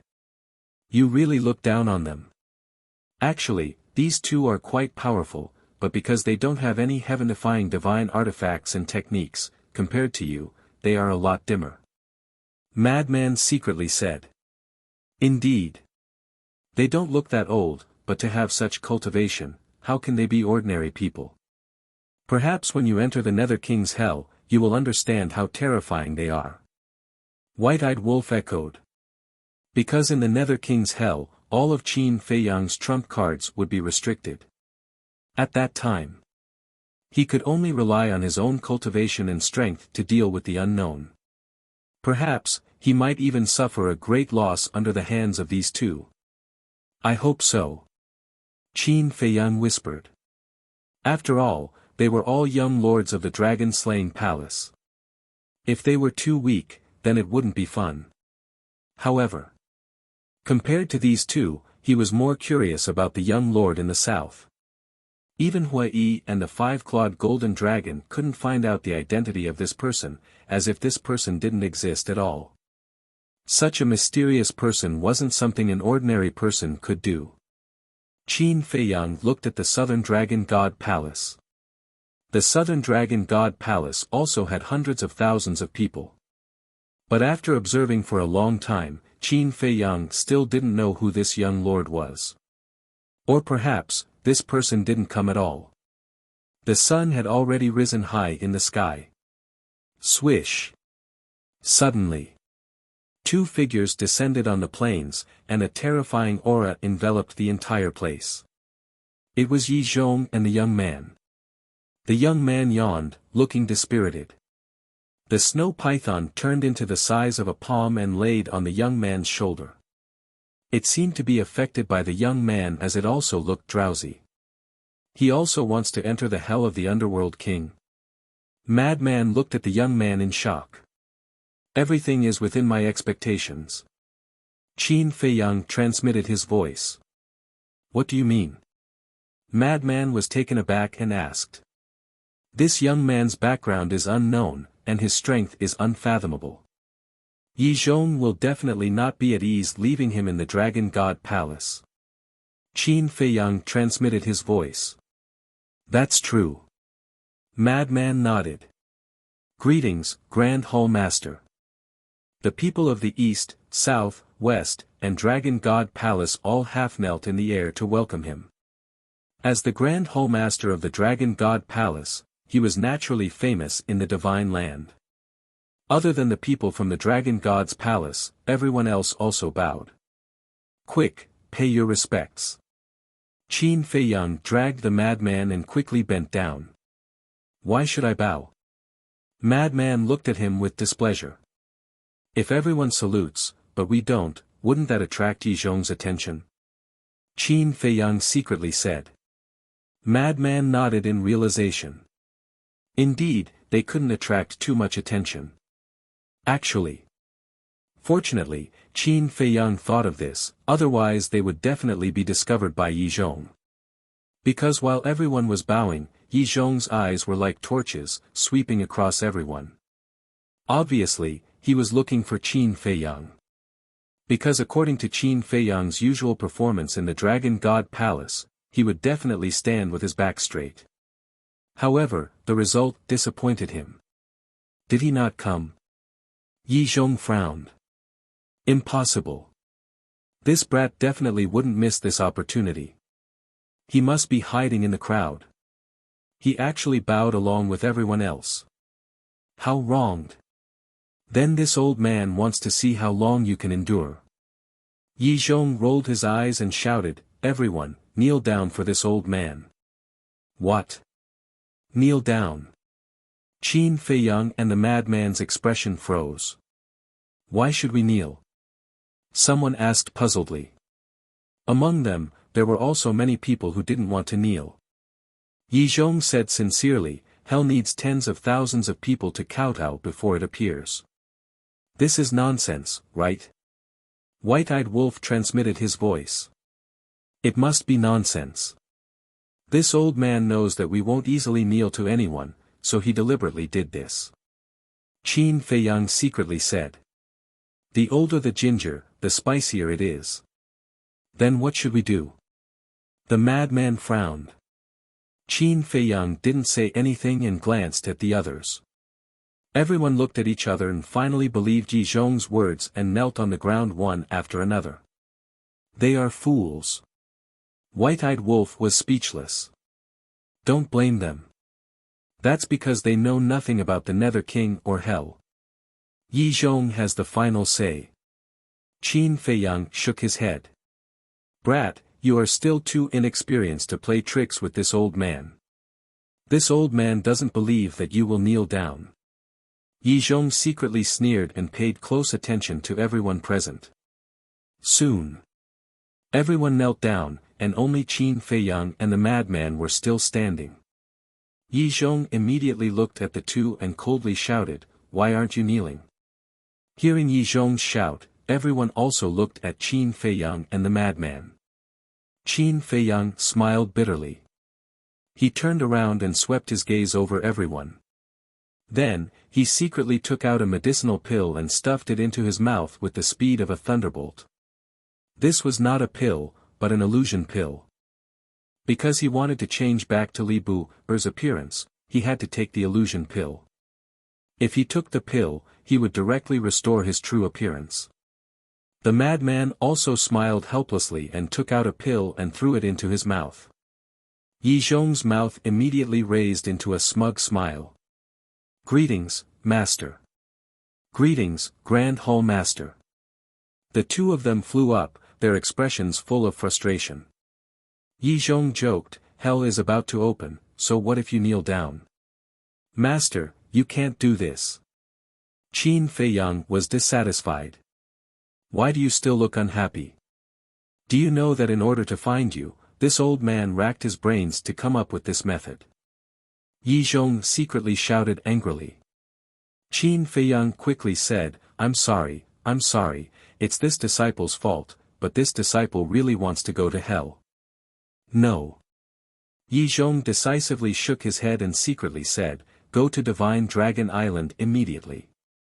Madman, you go too. Not going. The two of them shook their heads. Yi Zhong immediately blew his beard and glared, and transmitted his voice, do you know how dangerous hell is? I don't know. But we're not afraid. Qin Feiyang secretly said. You, Yi Zhong glared at Qin Feiyang angrily. Why was he so stubborn? Yi Zhong, why don't you let them go, it's good to broaden their horizons. The young man next to him suddenly said. Yi Zhong coldly snorted, you make it sound nice, but when they encounter danger, you'll protect them? This young master will protect them? The young man was stunned. Qin Feiyang and the madman immediately cast a pleading look at the young man. The young man shook his head and smiled, saying, okay, this young master will protect them. Ah. Yi Zhong was stunned, he actually agreed. Master, the safety problem has been solved, you won't object now, right? Qin Feiyang secretly laughed. Madman's gaze shifted as he looked at Yi Zhong and said, actually, I entered the Underworld King's Hell to meet Qin Feiyang. Qin Feiyang was slightly stunned, glanced at the madman, and hurriedly nodded, this disciple also wants to meet Qin Feiyang. You really won't cry until you're in the coffin. Okay. Don't regret it when the time comes. Yi Zhong snorted through his nose. Thank you, Master. Qin Feiyang was overjoyed. Yi Zhong glared at him and secretly asked, where's Yi Qing? I don't know. Qin Feiyang shook his head. You don't know? Kid, do you still want to go to hell or not? If you want to go, tell this old man the truth. Yi Zhong said angrily. Qin Feiyang was helpless, and said with a sound transmission, I knew he was hiding somewhere to cultivate. Where? Yi Zhong frowned. He didn't even go to the Divine Dragon Island. Was Yi Qing stupid? Didn't he know that there was a time formation on the Divine Dragon Island? How would I know? Yesterday, he sent a message to this disciple and only said that you were going to send us to the Divine Dragon Island. He didn't reveal anything else. Qin Feiyang shook his head. None of them are easy to worry about. Yi Zhong's face was filled with anger. Lord Grand Hall Master, is hell still going to open?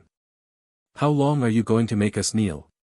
Below, there were already people who were dissatisfied.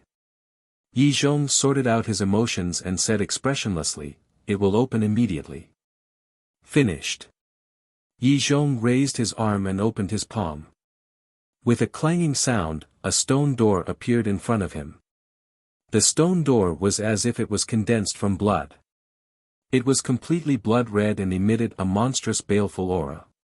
Moreover, on both sides of the stone door, there was a skull. 2 balls of blood-red flames floated in its eye sockets, making it look extremely sinister. Everyone looked at the stone door curiously. Was this the hell of the King of Hell? Rise! Following Yi Zhong's explosive shout, the stone door floated in the air and began to expand with the wind. The baleful aura became more and more terrifying. It was as if a demon king had been born, and the blood light dyed the entire plain red. Finally, a giant stone door that was hundreds of feet tall appeared out of nowhere.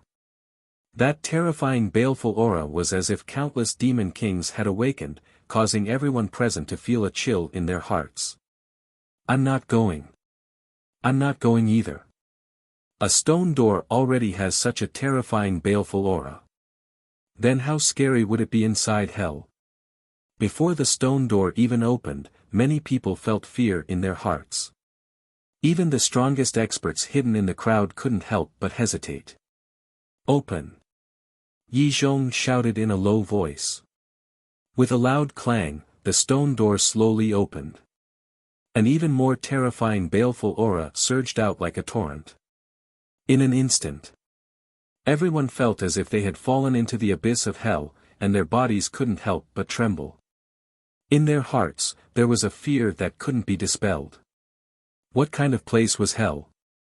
How could the baleful aura be so terrifying? Could it really be the legendary hell? I'm really not going. I'm leaving now.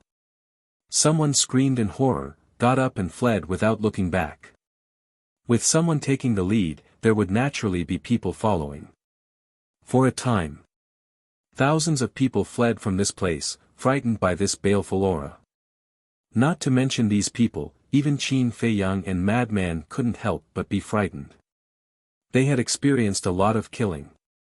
But at this moment, under the shroud of this baleful aura, they couldn't help but feel scared.